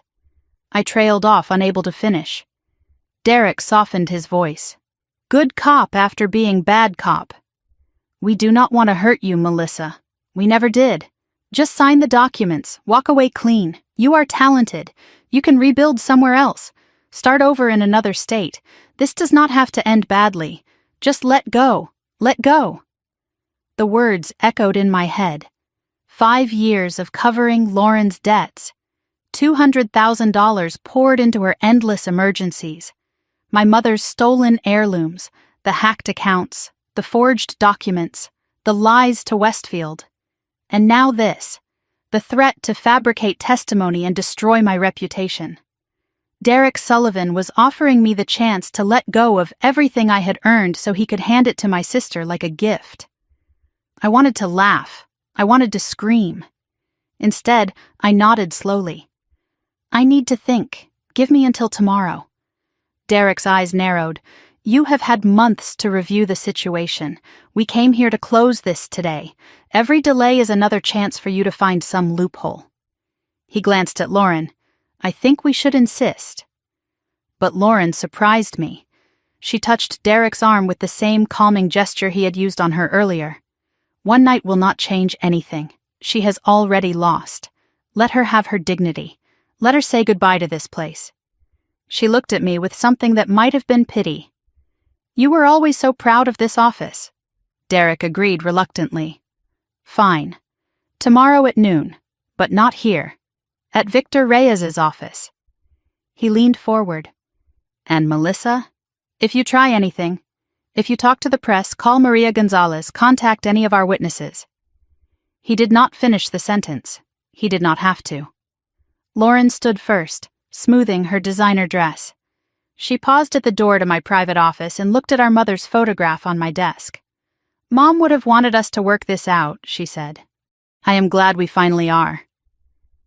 They left. Derek's BMW started in the parking lot below. Headlights swept across the windows, then silence. I waited 5 full minutes, counted each second to be sure they were really gone. Then I walked to my desk, sat in my chair, and looked at my mother's photograph. "I know what you were trying to tell me," I whispered. "I know what you wanted me to do." I picked up my phone and called Rachel. They took the bait. "They think I am signing their documents tomorrow." Rachel's voice was calm, controlled. "Perfect. Now let us make sure they sign ours instead." I told her about the Maria Gonzalez threat, the alleged witness, the extortion attempt. Rachel was not surprised. Derek always escalates. It is his pattern. The Maria angle is new but predictable. He needs leverage you cannot disprove. She would contact Maria directly through proper legal channels. If Derek had actually bribed her, that was witness tampering. A felony. If he had lied about having her testimony, that was extortion. Either way, he had just added to his criminal exposure. "What about tomorrow?" I asked. "What if they actually got to Maria? What if she agrees to lie?" Rachel was quiet for a moment. "Then we deal with it." "But Melissa, I have been doing this for 15 years. Men like Derek Sullivan do not actually prepare. They threaten. They bluff. They rely on fear." She paused. "He told you he has a witness because he wanted you to panic tonight. He wanted you to imagine all the ways this could go wrong. But tomorrow, when he walks into that conference room, he will not be thinking about backup plans. He will be thinking about victory. And that is exactly when he is most vulnerable." After the call ended, the office was dark. Only my desk lamp illuminated the room. I should have gone home to rest and prepare for tomorrow. Instead, I opened my briefcase and pulled out an envelope I had carried for 3 years. My mother's letter. The one she had told me not to open until I needed to. Tonight felt like the right time. Tomorrow I would either win or lose everything. I needed her words. My hands shook as I broke the seal. 3 pages of Eleanor's careful handwriting. Dated 1 week after the cancer diagnosis, before anyone knew how bad it would get. "My dearest Melissa, if you are reading this, things have gotten bad enough that you need answers. I am sorry I could not tell you in person. I was afraid. Afraid of what you would think of me. Afraid of breaking your heart the way mine has been broken. But you deserve to know the truth about your sister, about Derek Sullivan, and about a decision I made that I hope you can forgive." I read those words 3 times. Then I read the next paragraph, and the next, and by the time I finished the 3rd page, I understood everything. My mother had not just written a will. She had written a confession. And in that confession was the ammunition I needed to end this war. Not tomorrow, not in Victor Reyes's conference room, but completely, permanently, and in a way that Derek Sullivan could never have anticipated. I put down the letter, picked up my phone, and called Rachel back. "Change of plans," I said. "I just found out what my mother was hiding. And it changes everything." I read my mother's letter 3 times that night. Each time, new details emerged from her careful handwriting. Details that rewrote everything I thought I knew about my family. By the time the sun rose over the mountains, I understood why she had told me to wait until I needed it. This letter was not just information, it was a weapon, and today I was going to use it. The letter revealed 3 things that changed everything. First, my mother's private investigator had discovered more than Torres ever found. Derek Sullivan had used a different name 10 years ago, Derek Marcos. He changed it after a fraud conviction in Florida was expunged from his record as part of a plea deal. There were 3 other women before Sarah Mitchell, all with similar stories of isolation, manipulation, and financial destruction. One of them, a woman named Catherine Wells in Nevada, had taken her own life 6 months after Derek drained her retirement savings. My mother had found Catherine's obituary tucked into the investigator's report. She had underlined one sentence, "Survived by no one." Second, the letter contained a confession about Lauren that I had never known. 5 years before my mother's death, Lauren had come to her with a secret. She had forged Eleanor's signature on a loan application for $25,000. The bank had approved it. Lauren had spent the money within weeks. When she could not make payments, the bank had contacted my mother. Eleanor paid off the loan secretly to protect Lauren from criminal charges. She never told me because she was ashamed. Ashamed of what Lauren had done. Ashamed of her own decision to cover it up. "I thought I was helping her," my mother wrote. "I was only teaching her that betrayal has no consequences." Third, the letter contained instructions. Direct and clear. If you are reading this, things have gotten bad enough that you need the truth. Derek Sullivan is not just a con man. He is a predator who destroys lives. And Lauren is not just his victim. She learned to lie and steal long before she met him. Protect yourself first. Then, if you can, try to save what is left of your sister. But never sacrifice your future for her past. I made that mistake. Do not repeat it. My mother's final words were underlined twice. I built the trust provisions not just to protect you from Lauren. I built them to protect Lauren from herself. If she ever has to face real consequences, it might be the only thing that saves her. I folded the letter carefully and placed it back in the envelope. The clock read 7:30 in the morning. In 4.5 hours, I would walk into Victor Reyes's office. And I would end this war with weapons my mother had placed in my hands from beyond the grave. At 8 o'clock, Rachel called with final instructions. "The documents are ready. I had them notarized last night with blank signature lines. Remember the plan. Let them present their demands first. Act reluctant. Make them push you. When you bring out our documents, frame it as protecting yourself legally. They will be so eager to win that they will not read carefully. That is what we are counting on." She had one more piece of news. Maria Gonzalez. "I contacted her through proper channels last night," Rachel said. "She was horrified to learn Derek used her name. She refused any payment from him and kept his text messages as evidence. She is willing to testify that your mother was lucid and that you were devoted to her care during those final months." I let out a breath I did not know I was holding. "Derek's witness is now our witness," Rachel continued. "He handed us a gift and does not even know it." Before I left for the meeting, I called Marcus. He would be at the office monitoring from a distance. If anything went wrong, if Derek became threatening or aggressive, Marcus would call the police. Rachel had a process server standing by with civil complaints. We could pivot from settlement to full legal assault within hours if necessary. I drove slowly through morning traffic, taking my time. I passed the Hartman Design Studio building and looked up at the windows where my team was working. My company, still mine. And after today, protected forever. I parked 3 blocks from Victor Reyes's office and sat in my car for 10 minutes, breathing slowly, centering myself. In an hour, either I would walk out of that building with everything I needed to destroy Derek Sullivan, or I would be signing away my life's work to a sister who had tried to steal it. I checked my reflection in the rearview mirror. I looked tired, professional but subdued. A woman who had been through too much and was ready to surrender. Perfect. I grabbed my briefcase and stepped out into the cold Denver air. It was time to finish this. Victor Reyes's office occupied the 12th floor of a glass tower downtown. The reception area was designed to intimidate. Leather chairs, dark wood paneling, framed law degrees covering every wall. The message was clear, expensive, powerful. You cannot afford to fight us. The receptionist greeted me with professional coldness. "They are waiting for you in the conference room." The conference room was larger than my entire first apartment. A massive table dominated the space, surrounded by leather chairs.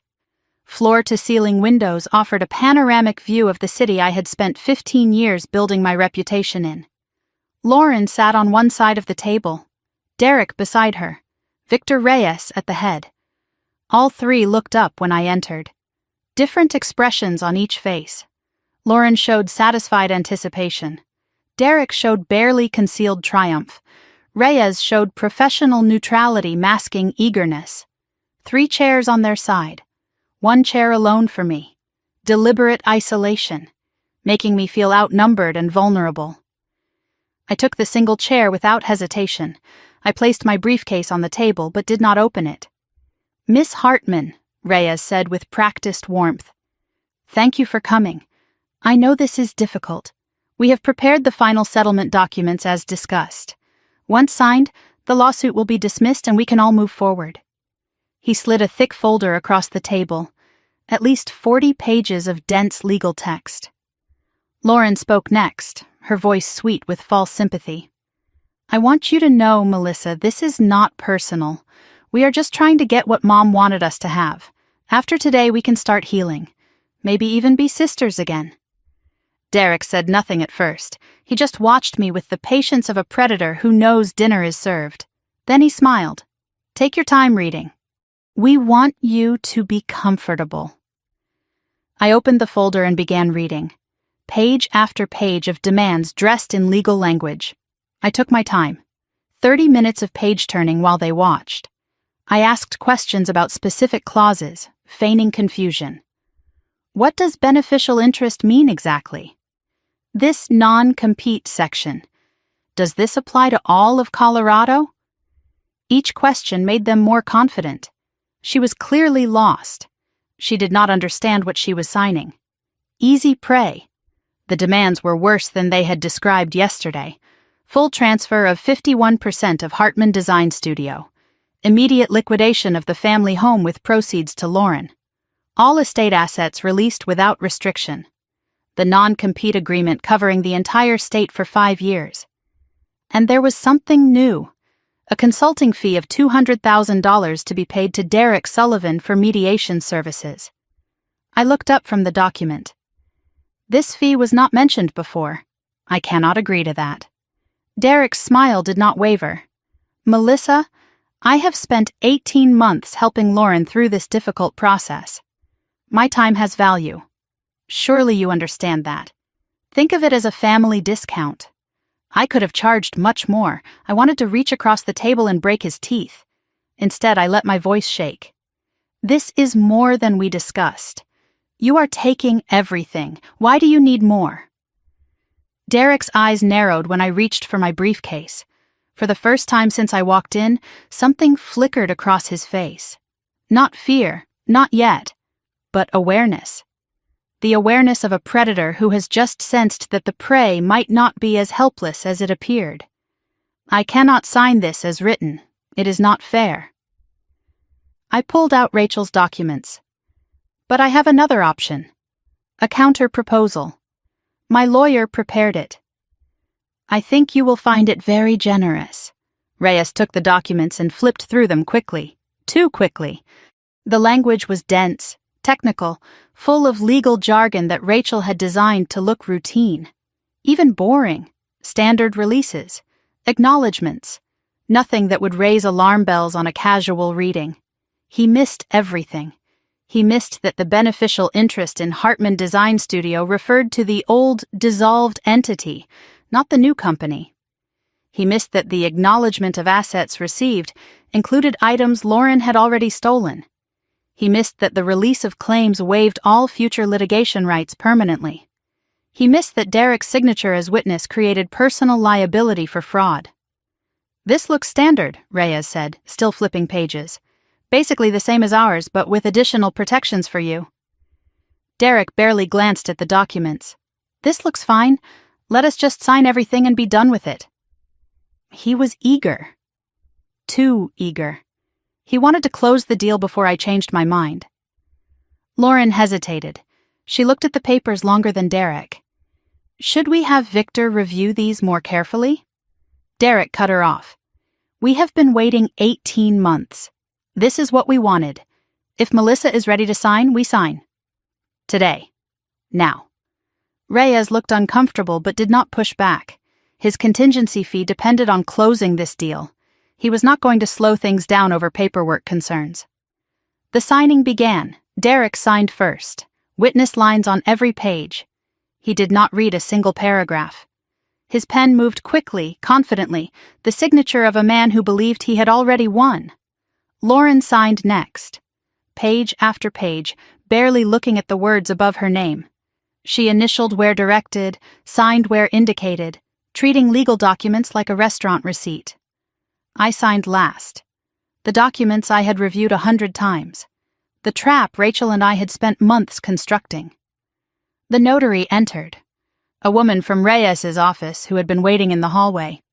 She checked identification, witnessed the final signatures, stamped each page with the official seal. Everything legal, everything binding, everything permanent. When the notary finished, Derek leaned back in his chair and grinned at Lauren. Congratulations! You finally got what Mom owed you. I gathered my copies of the documents and placed them carefully in my briefcase. I stood, straightened my jacket, and looked at the 3 people who had spent 18 months trying to destroy me. Thank you all for your time. I will show myself out. I walked slowly through the conference room, past the reception area to the elevator. I felt their eyes on me, triumphant, satisfied, relieved. The defeated sister, finally broken. The elevator doors closed, 12 floors down. I counted each one. My hands were steady, my heart was pounding. In the lobby, I walked through the marble atrium toward the exit. Business people in suits. The normal flow of a Wednesday afternoon. No one knew what had just happened on the 12th floor. No one knew that 3 people had just signed their own destruction. Outside, cold air hit my face. I pulled out my phone and called Rachel. It is done. They signed everything. Rachel's voice was sharp with anticipation. All 3 signature pages? Derek too? Derek too. He did not read a single word. Long pause. Then Rachel spoke with quiet satisfaction. Then it is over. They just do not know it yet.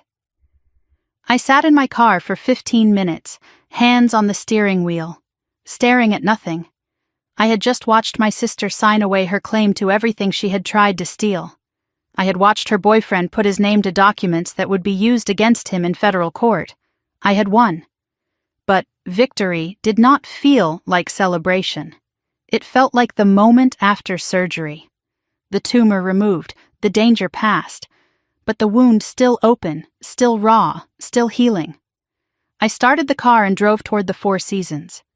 Tomorrow, Victor Reyes would read those documents carefully.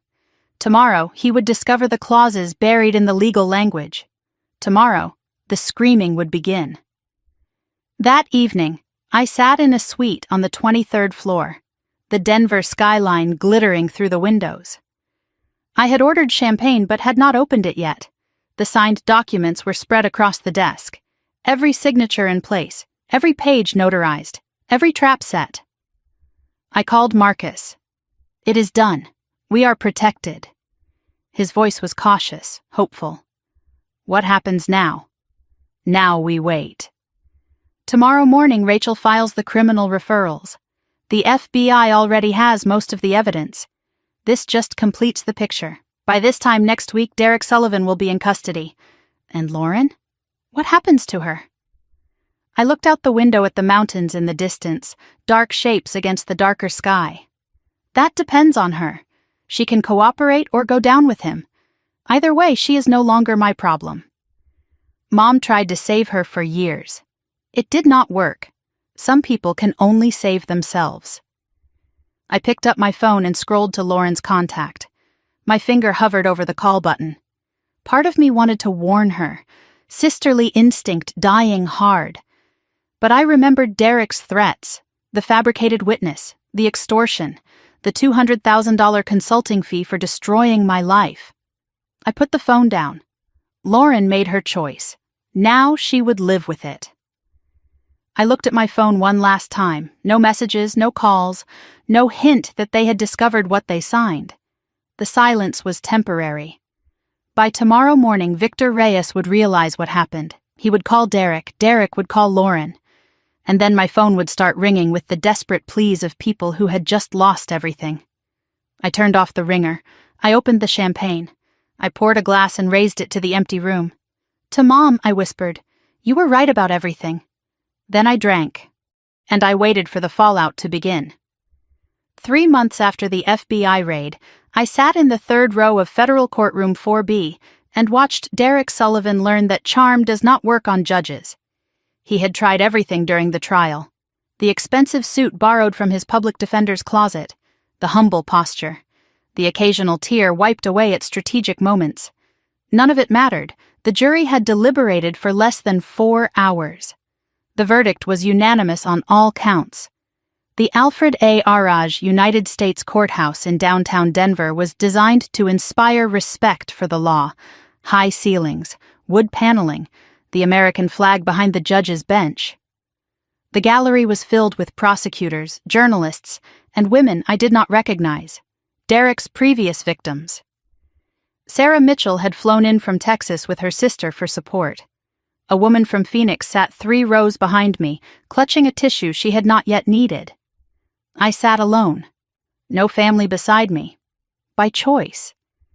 Derek looked different from the man who had shaken my hand at that first dinner years ago.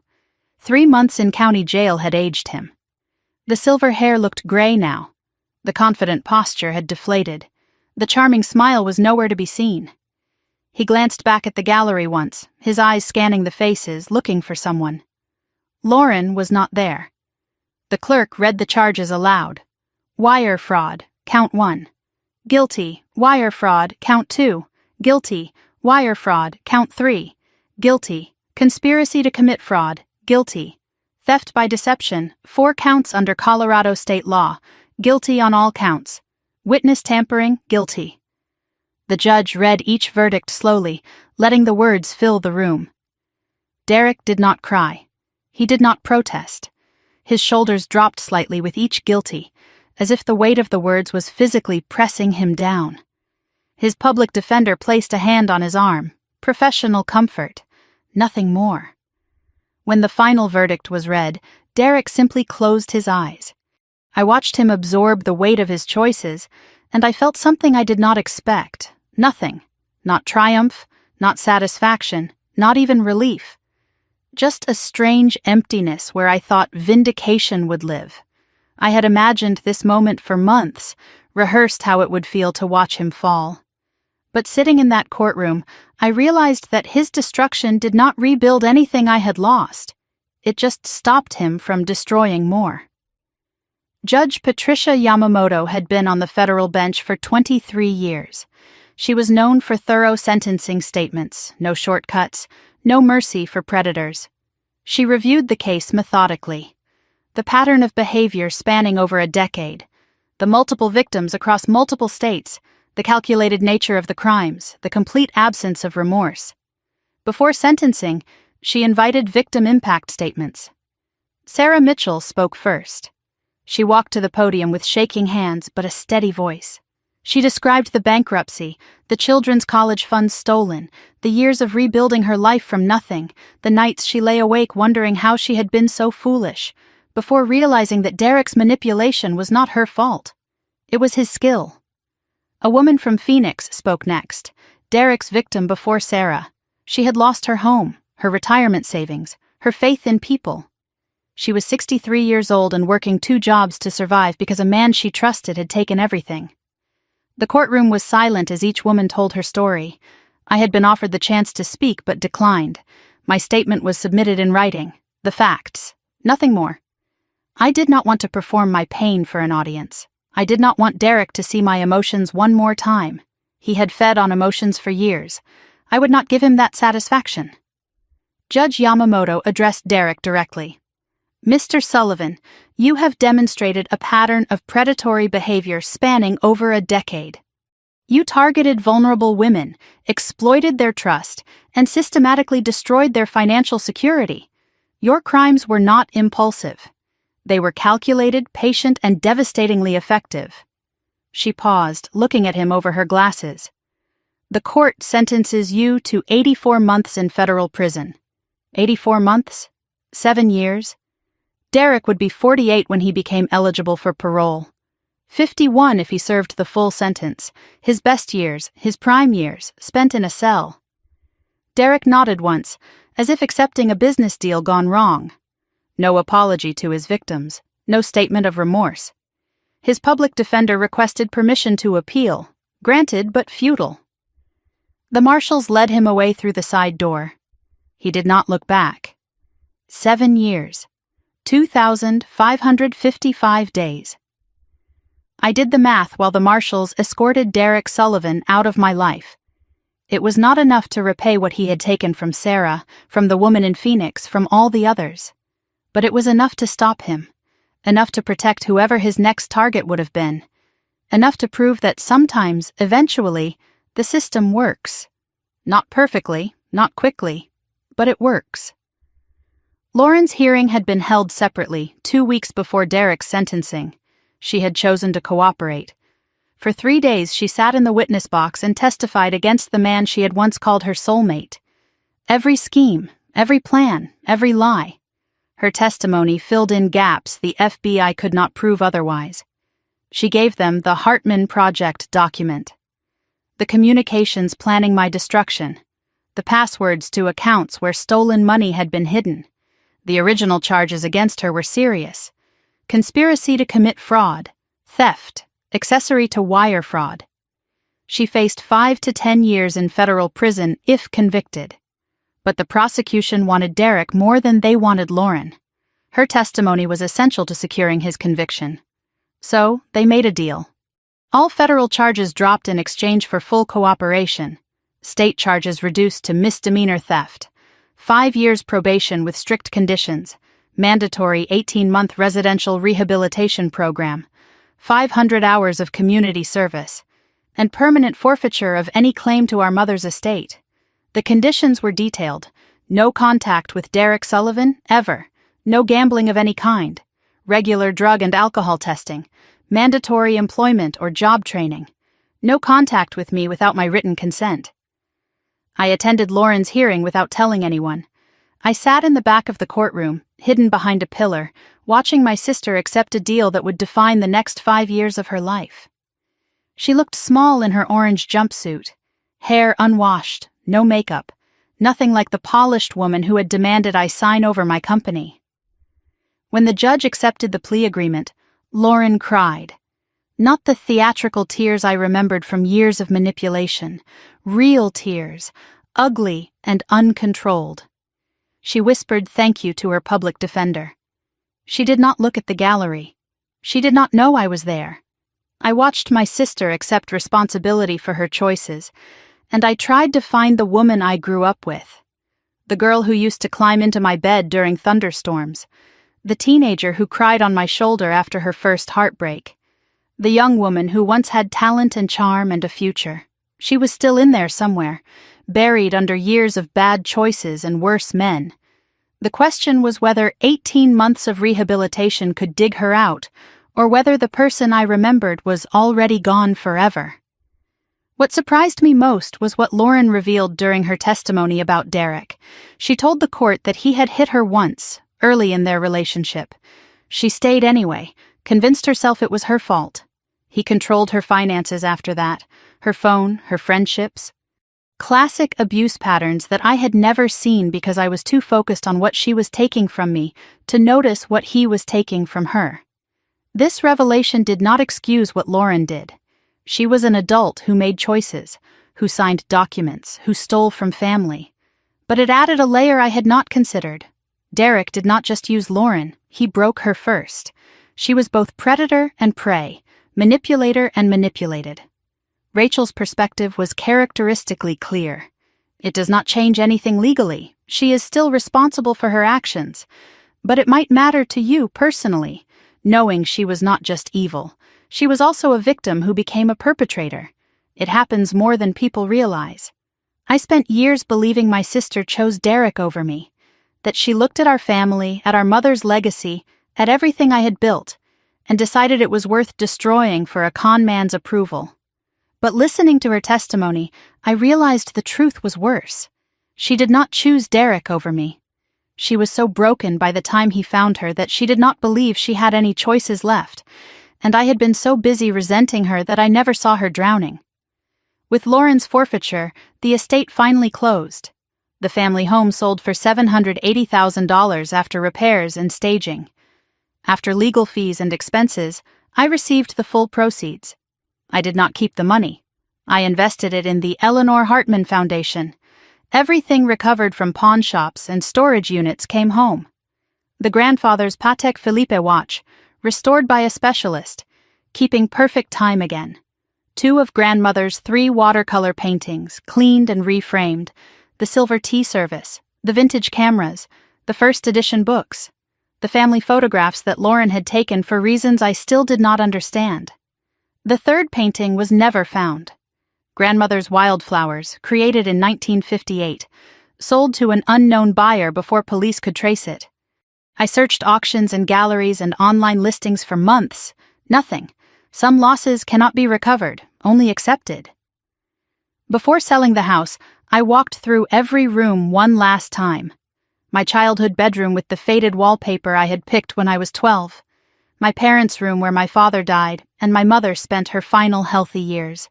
The kitchen where Eleanor taught me to cook and balance a checkbook and believe in myself. I took photographs of everything. Then I spoke aloud to the empty rooms. I protected it. I protected everything you built. You can rest now. I locked the front door for the last time and placed the key in the realtor's lockbox. Behind me was every memory I had ever made with my parents. Ahead of me was a life without that anchor. I cried in my car for 20 minutes before I could drive away. But when I finally pulled onto the highway, I did not look back. Some chapters have to end completely before new ones can begin. 1 week after Derek's sentencing, I signed the Westfield development contract. $3.2 million over 18 months, the largest project in my company's history. Margaret Chen shook my hand in her corner office overlooking the city. "I am glad we waited," she said. "You were worth the risk." Marcus's partnership became real that month. Not just protective paperwork anymore. 20% ownership of Rocky Mountain Architecture Partners, earned through years of loyalty and months of crisis management.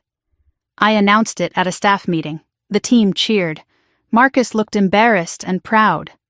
Word had spread about what happened. Not the details, but the outline. A businesswoman targeted by a con artist, a family betrayal, a legal battle won through preparation and patience. Clients respected resilience.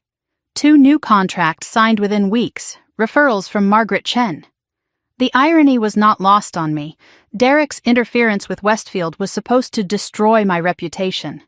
Instead, it proved my integrity. Margaret Chen told me later that watching how I handled the pressure convinced her I could handle anything. The attack meant to end my career had launched it to new heights.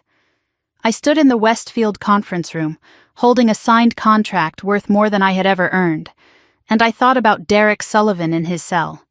He had tried to steal my company, tried to destroy my reputation, tried to take everything I had built. Instead, he made me stronger. His attack forced me to restructure, to protect, to fight.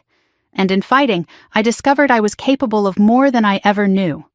The best revenge, it turns out, is not revenge at all. It is success. 3 weeks after Derek's sentencing, an envelope arrived at my office. Handwritten address, no return address. Postmarked from a town I did not recognize. Inside were 3 pages of lined paper, Lauren's handwriting, shaky but legible. "Dear Melissa, I do not expect you to read this. I would not blame you if you burned it. But my counselor says I need to write to the people I hurt, whether they read it or not. So here I am, trying to find words for things I do not know how to say. She did not ask for forgiveness. She said she did not deserve it. She did not make excuses. She acknowledged that every choice was hers. She did not blame Derek for everything. She accepted her own responsibility. She wrote about the rehabilitation program, the therapy sessions, the things she was learning about herself. She wrote about our mother, the guilt of missing Eleanor's final months for a con man who never loved her. The final paragraph stopped my heart. I do not know who I am without someone telling me. That is what they say is my problem. I have been Derek's Lauren. I have been your burden. I have been Mom's disappointment. But I do not know how to be just Lauren. I am trying to learn. Maybe one day, if you ever want to know who that person turns out to be, you could call. But if you never do, I understand. Some damage cannot be repaired, only survived. I read the letter twice, then I placed it in my desk drawer, beside my mother's letter, beside Sarah Mitchell's email thanking me for stopping the man who destroyed her life. I did not reply. Not yet, maybe not ever, but I did not throw it away. I closed the drawer and looked out my window at the Denver skyline. 3 letters now lived in that space. My mother's confession, a stranger's gratitude, my sister's first honest words in years. I did not know what to do with Lauren's attempt at amends. I did not know if I could trust it or believe it or build anything on it. But for the first time since the will reading, I did not know what would happen next. And somehow, that uncertainty felt less like fear and more like possibility. 6 months after Derek Sullivan's sentencing, I walked into Hartman Design Studio on a Tuesday morning and realized something had changed. Not the building. The building was the same as it had always been. Not the work. We had more projects than ever. What had changed was me. For the first time since my mother's diagnosis 4 years ago, I walked through those doors without fear, without looking over my shoulder, without wondering what crisis would explode before lunch. I had forgotten what peace felt like. I was finally learning to remember. My office had transformed over the past months, not through any grand renovation, but through small acts of reclamation. Grandmother's 2 recovered paintings now hung on the wall behind my desk. The Rocky Mountain watercolor on the left, the autumn aspens on the right. Between them, an empty space where the 3rd painting would have hung. The wild flowers. Still missing, still mourned. But the empty space had become its own kind of memorial. A reminder that some losses cannot be recovered, only accepted. The Patek Philippe watch sat in a glass display case on my bookshelf, restored to its original beauty.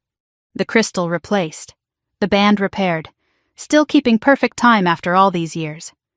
Beside it stood a framed photograph of my mother, taken at my college graduation. Smiling, healthy, proud, before the cancer, before Lauren's descent, before any of this. The team had grown. Marcus had settled into his partnership role with quiet confidence. We hired 3 new architects to handle the increased workload. The Westfield development project was complete and had been featured in Colorado Architecture magazine. New clients called weekly, referrals from satisfied customers who appreciated quality work and professional integrity. Every morning, I followed the same ritual. Coffee from the machine my mother had bought me when the office first opened. Review of the day's schedule with my assistant. A moment of quiet before the noise began. And every morning I touched the glass case holding my grandfather's watch. A silent greeting. A reminder of where I came from and what I had protected. I used to start every day with anxiety, checking my phone for Lauren's name, bracing for the next demand, the next emergency, the next betrayal. Now I started each day with gratitude.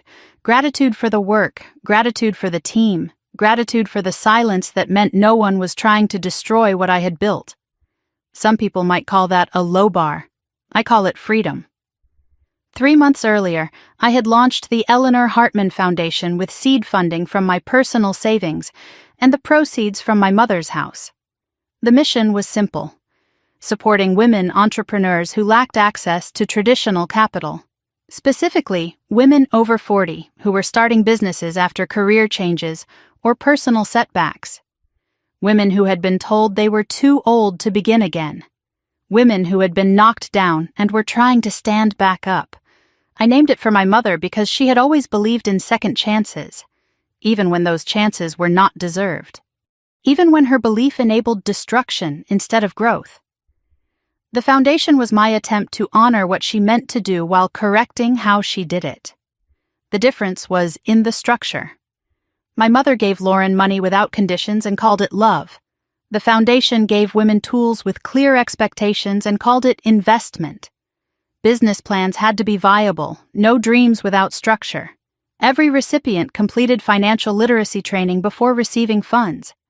Mentorship was mandatory. Each woman was paired with an established businesswoman who could guide her through the challenges ahead. And there were no second grants. The foundation helped you start. Then you had to fly on your own. The first grant recipients were 3 women who reminded me of people my mother might have helped if she had known better. Patricia Chen, 52, a former teacher starting an educational consulting firm after 25 years in the classroom. Maria Santos, 47, a divorced mother launching a catering business with recipes passed down through 4 generations. Dorothy Williams, 61, a retired nurse creating a home healthcare matching service to help families like hers find quality care for aging parents. At the foundation's first grant ceremony, Patricia Chen accepted her check and said something that stopped me cold. My daughter told me I was too old to start over. My ex-husband said I would fail, but you believed in me before I believed in myself. She was crying, I was crying, and I thought about my mother, who believed in Lauren until the day she died. How different things might have been if that belief had come with boundaries instead of blank checks. Rachel Chen served on the foundation's board of directors. Pro bono, she insisted. Her legal expertise helped structure the grants as investments in dignity rather than charity. Our monthly lunches had evolved from strategy sessions to genuine friendship. She understood what I had been through in ways few others could. The first Tuesday of every month we met at the same restaurant, a quiet Italian place in lower downtown where the waiters knew our orders before we sat down. Rachel always got the salmon. I always got the risotto. The conversations had shifted from legal strategy to life. We talked about work, her cases, my projects, the foundation's growing wait list of applicants. We talked about personal lives. Rachel was dating someone new, a pediatrician she had met at a charity event. I was not ready yet, but I was thinking about it. We never talked about Lauren unless I brought it up first. You look different lately, Rachel said at our most recent lunch. Lighter. I stopped carrying weight that was never mine to carry. She smiled. Your mother would be proud of you, not for winning, for surviving. She always knew you were the strong one. She just wished Lauren could be too. Rachel provided updates on Derek when relevant. His appeal had been denied 2 months earlier. He would serve at least 5 years before parole eligibility. Other victims had come forward since the trial. 2 more women from his past. The federal prosecutor was considering additional charges. Do you ever regret it? Rachel asked, swirling her wine. Any of it? I thought about the question for a long moment. I regret that it was necessary. I regret that my sister became someone who required that response. But the actions themselves? I shook my head. I protected what mattered. That is not something to regret. That is something to build on. The email arrived on a Wednesday afternoon. Sender name unfamiliar. Subject line simple. Thank you from Texas. I almost deleted it as spam. Then I saw the first line. Dear Miss Hartman, my name is Sarah Mitchell. I was married to Derek Sullivan. Sarah's email was 3 pages long. She wrote about meeting Derek 12 years ago when he was still using the name Derek Marcos. About their 2 children, now ages 10 and 8. About how he had drained her savings, maxed her credit cards, and disappeared when she finally confronted him. About the years she spent rebuilding, raising kids alone, never receiving $1 of child support. When Derek was arrested, federal prosecutors had contacted his previous victims. Sarah's testimony helped establish his pattern of behavior. The judge had ordered restitution, including 4 years of back child support. Derek's seized assets, including money he had stolen from Lauren, went to his victims. The final paragraph made me cry. I spent years feeling like I was the only one he fooled. Your case proved I was not crazy, not stupid, just targeted by a predator. Because of what you did, my children will have college funds. You did not just save yourself, Miss Hartman. You saved everyone who comes after. I thought about Catherine Wells, the woman in Nevada who had taken her own life after Derek destroyed her finances. The woman from my mother's investigator's report, survived by no one. I wondered if her family would ever know the truth, if they would ever understand that her death was not weakness, but the result of a calculated predator who had practiced his cruelty for years. Sarah's email ended with a line I have thought about every day since. "You are not just a survivor, Miss Hartman. You are proof that fighting back works. Some of us were too scared to fight. You fought for all of us." I printed that email and put it in my desk drawer next to my mother's letter. On the hard days, and there are still hard days, I read them both. One from the woman who prepared me for battle, one from a stranger who reminded me why the battle mattered. That afternoon, I opened the safe in my office and removed my mother's letter. The one I had finally read the night before the signing. The one that had given me the weapons to end the war. I had focused on the revelations during those frantic hours. Derek's hidden history, Lauren's secret forgery, the instructions for protecting myself. But there was a final paragraph I had skimmed, too raw to absorb in the moment. 6 months of distance had made space for grief. I sat in my chair, afternoon light streaming through the windows, and read the final page slowly, letting each word land. "Melissa, if you are reading this, you have survived whatever Lauren and Derek threw at you. I wish I could be there to see you win. I wish I could hold you and tell you I am proud. But since I cannot, let me say it here. I have always been proud of you. Not because you are successful, not because you are strong. I am proud of you because you are kind.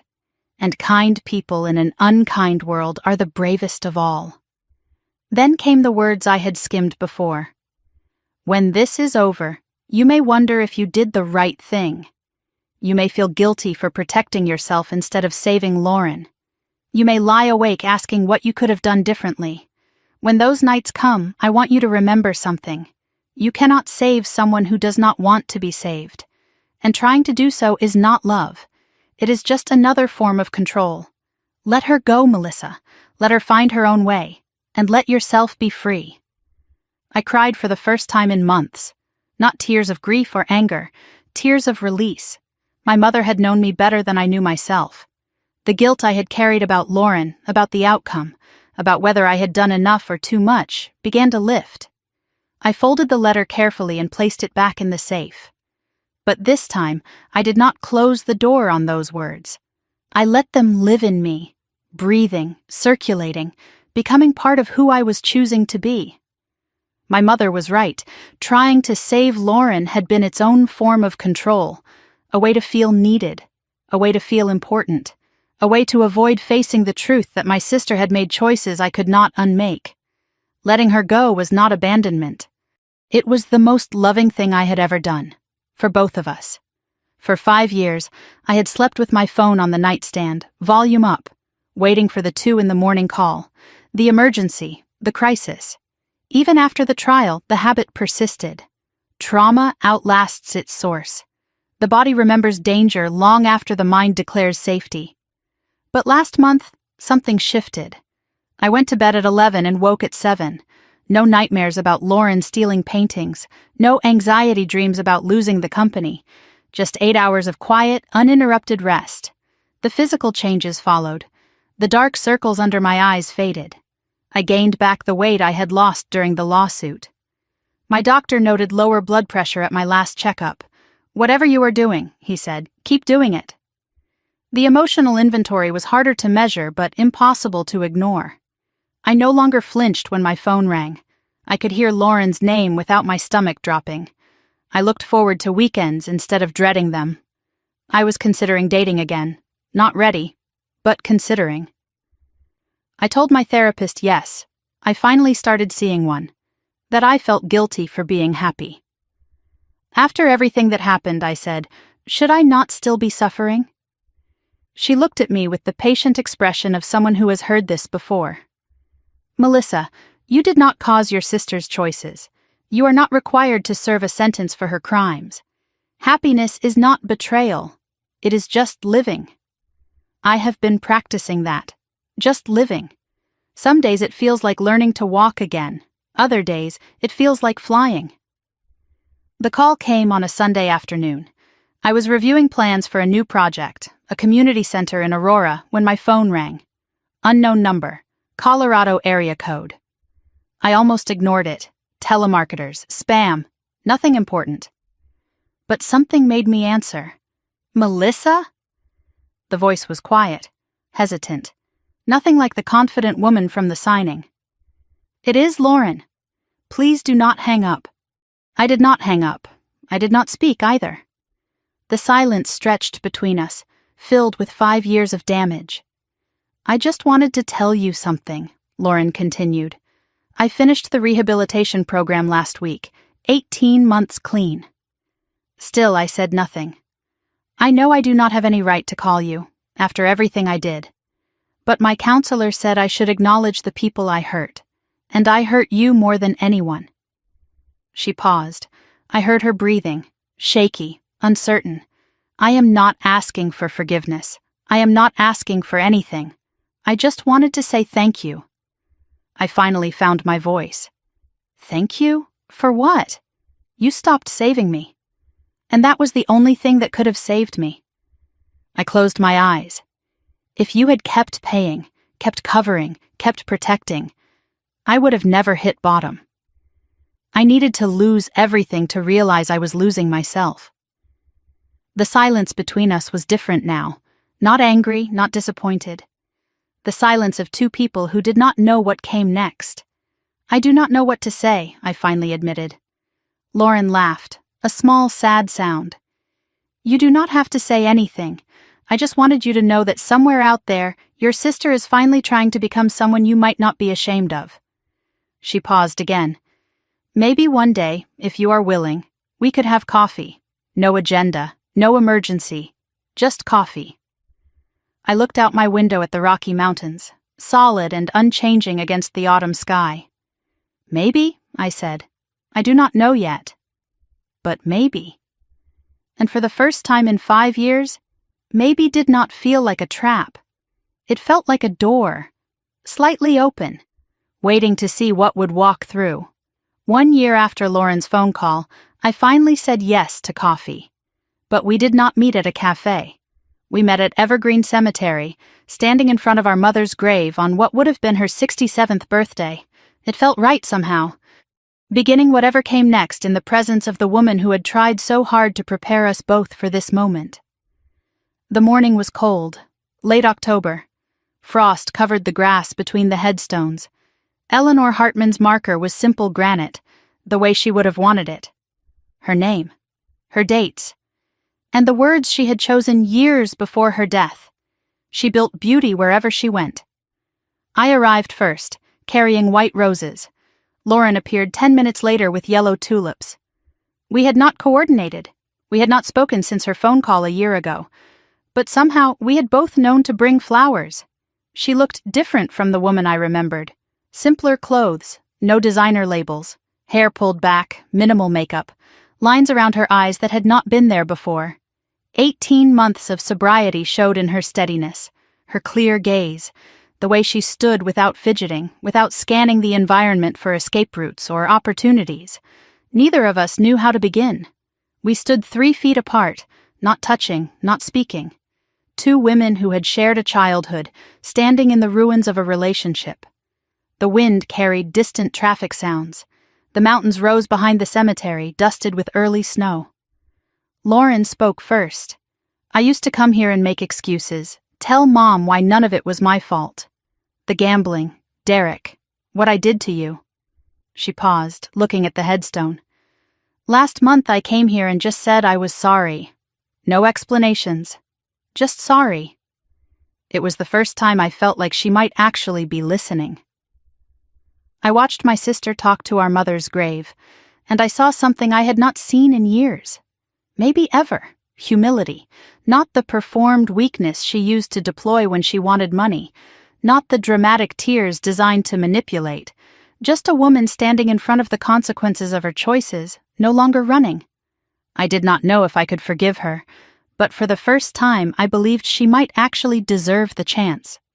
We walked slowly through the cemetery, following the paths between graves. The conversation started carefully. Small questions. Safe topics. I asked about the rehabilitation program, about her job, about where she lived now, Lauren answered honestly. It was hard. She was lonely. But she had not touched alcohol or set foot in a casino in 18 months.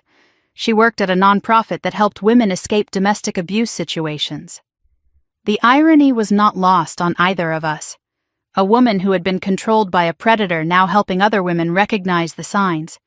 She told me what she had learned in therapy. I spent my whole life looking for someone to save me. Men, money, you. She kicked a small stone from the path. Derek did not trick me into being a bad person.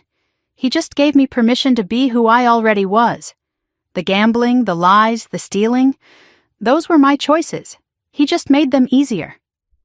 She looked at me directly. Hitting bottom was the first honest thing that happened to me in years. I noticed what she did not ask for. No request for money, no hint that she needed me to fix something, no emergency, no crisis, no manipulation. Just two people talking in a cemetery on a cold October morning. I told her about the foundation, about Sarah Mitchell's email, about the other victims who had come forward after Derek's conviction. I told her about the therapy I had started, the sleepless nights that had finally stopped, the slow process of rebuilding a life I had nearly lost protecting hers. I did not soften what she had done, the theft, the threats, the betrayal, but I did not weaponize it either. Lauren stopped walking and turned to face me. I know I cannot undo what I did. I cannot give you back those years. But I want you to know something. What you did by stopping, by not saving me anymore. That was the first real gift anyone ever gave me. I waited for her to continue. Everyone else just handed me money and walked away. You made me face myself. I hated you for it, she said, her voice barely above a whisper. When the FBI came, when Derek was arrested, when I realized I had signed away everything, I hated you more than I have ever hated anyone.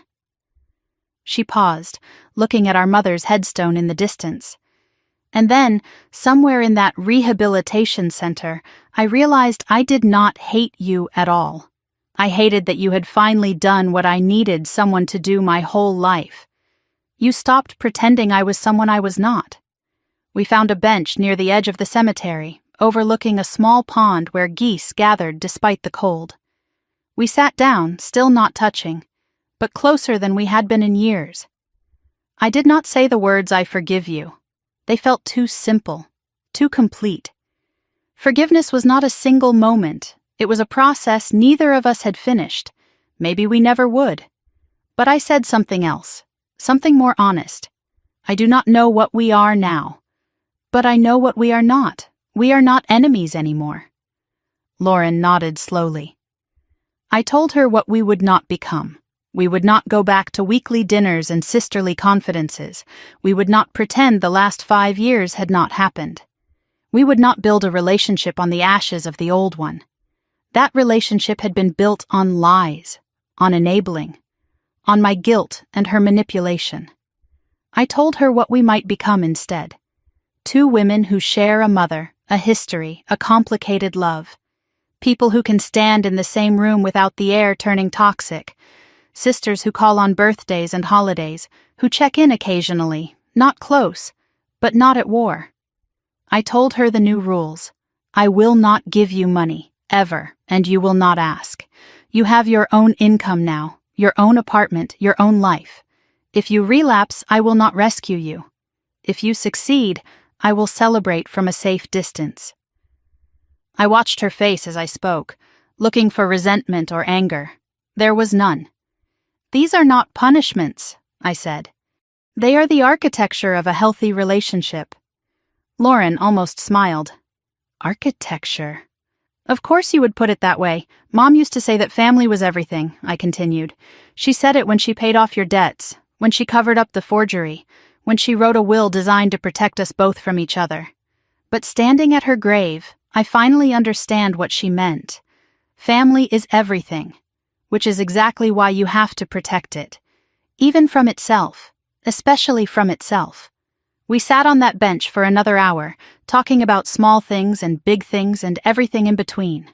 The sun rose higher, the frost melted. The geese on the pond grew accustomed to our presence and stopped watching us with suspicious eyes. When it was time to leave, Lauren asked a question. "Can I call you?" "Not for emergencies, just to talk sometimes. Maybe once a month, just to let you know I am still standing." A year ago, I would have said no. But a year ago, Lauren was not this person. "You can call. I might not always answer, but I will call back." I paused. "And Lauren, if you need help, real help, not money, I will try." "But the first time you lie to me, the first time you manipulate me, this ends. For good. No more second chances after this one." She nodded without offense. I would not expect anything else. She hesitated. "And, Melissa, if I ever start becoming that person again, do not wait for me to hit bottom. Just tell me, even if I do not want to hear it." We did not hug. That intimacy had not been rebuilt yet. But Lauren reached out and touched my hand, just for a moment. Then we walked to our separate cars, parked on opposite sides of the cemetery road. Before she drove away, Lauren waved once, a small gesture, almost shy. I sat in my car and watched her taillights disappear down the cemetery road. I did not feel triumphant. I did not feel healed. I felt something quieter and more honest. The fragile possibility of a future that was not defined by the past. It was not forgiveness. Not yet. But it was a door left open, just enough to see what might walk through. The drive back to Denver took 45 minutes. I did not turn on the radio. I drove in silence, processing the morning, watching the mountains grow larger as I descended from the foothills. The city skyline emerged as I approached downtown, the place that had been my home for 15 years, my battleground, my sanctuary. I parked in my usual spot and walked into Hartman Design Studio. Late morning now, the office buzzing with activity. Marcus waved from the drafting floor, deep in conversation with one of our new architects. The Westfield development plans had been replaced by new projects on the wall. A community center in Aurora, a boutique hotel in Cherry Creek, a mixed-use development in River North. I closed my office door and stood at the window. The Rocky Mountains in the distance, white peaks against a brilliant blue sky. Behind me, grandmother's 2 paintings hung on the wall, the Rocky Mountain watercolor, the autumn aspens, and between them, the empty space where the wildflowers would never hang. Some losses cannot be recovered, only accepted. I walked to the display case on my bookshelf. Grandfather's Patek Philippe, still keeping perfect time. My mother's photograph beside it, smiling, healthy, forever frozen in a moment before everything changed. And tucked behind the frame, invisible to visitors, her letter, folded, treasured, the words I had memorized by now. I looked at the watch my grandfather had given my grandmother 70 years ago. I looked at the paintings my grandmother had created with her own hands. I looked at the photograph of my mother, who tried so hard to protect both her daughters and learned too late that protection without boundaries is just another word for sacrifice. 3 generations of women who built things, who created beauty, who loved imperfectly but completely. I was the 4th, and I was determined to learn from every one of their mistakes. The past 5 years had taught me things I never wanted to know. That family can be the source of your greatest pain, that love without limits becomes destruction, that some people cannot be saved no matter how much you sacrifice, that boundaries are not walls, they are architecture, they define the space where love can exist without destroying itself. I had reclaimed everything that mattered, my company stronger than ever, my peace, earned through nights of therapy and mornings of practice, my identity no longer defined as Lauren's sister or the responsible one, but simply myself, my future undefined and unwritten and finally my own. I had released what needed releasing. The guilt that told me I should have done more, the belief that love meant endless sacrifice, the fantasy that I could save Lauren if I just tried harder, the weight of a relationship built on need instead of respect. I did not seek revenge against Lauren and Derek. I simply stopped protecting them from the consequences of their own choices. I built a fortress around what mattered and let the storm rage outside. When the storm passed, I was still standing. And somehow, against all odds, so was Lauren. My mother wrote in her letter that I should let Lauren go. Let her find her own way. Let myself be free. For years I thought that meant walking away forever. But standing in my office, watching the sun set over the mountains, I finally understood. Letting go does not mean abandoning someone. It means trusting them enough to face their own life. It means loving them enough to stop being their crutch. It means believing that somewhere, underneath all the damage, they have the strength to stand on their own. I let Lauren go. And in letting her go, I finally set us both free. My mother always said that strong women do not seek revenge. They build, they create. They protect what matters. And when someone tries to tear down what they have built, they do not waste time on anger. They use their energy to build something stronger. I did not destroy my sister and her boyfriend. I just stopped shielding them from the truth. I stopped funding their chaos. I stopped believing their lies. I stopped sacrificing my future for their present. And when they fell, it was because the ground they stood on was never solid to begin with. If you have made it this far, I want you to know that I see you. Maybe you are watching this because you are in your own battle with someone who keeps taking. Maybe you are the one who always gives, who always sacrifices, who always says yes because saying no feels like betrayal. Maybe you are lying awake at night wondering if you are the problem, if you are being too harsh, if you should just give them one more chance. Here is what I learned. Boundaries are not cruelty. Saying no is not abandonment. And protecting yourself is not the same as giving up on someone you love. Sometimes the most loving thing you can do is let someone face the consequences of their own choices. Sometimes that is the only thing that can save them. I want to hear from you. Have you ever had to set a boundary with someone you love? Have you ever had to choose between protecting yourself and rescuing someone who did not want to be saved? Drop a comment below and tell me your story. Let me know what you would have done in my situation. And if this story resonated with you, if it made you feel a little less alone in your own battle, consider subscribing so you do not miss what comes next. Because here is the truth. There are more of us than you might think. Women who loved too hard, trusted too easily, gave too much.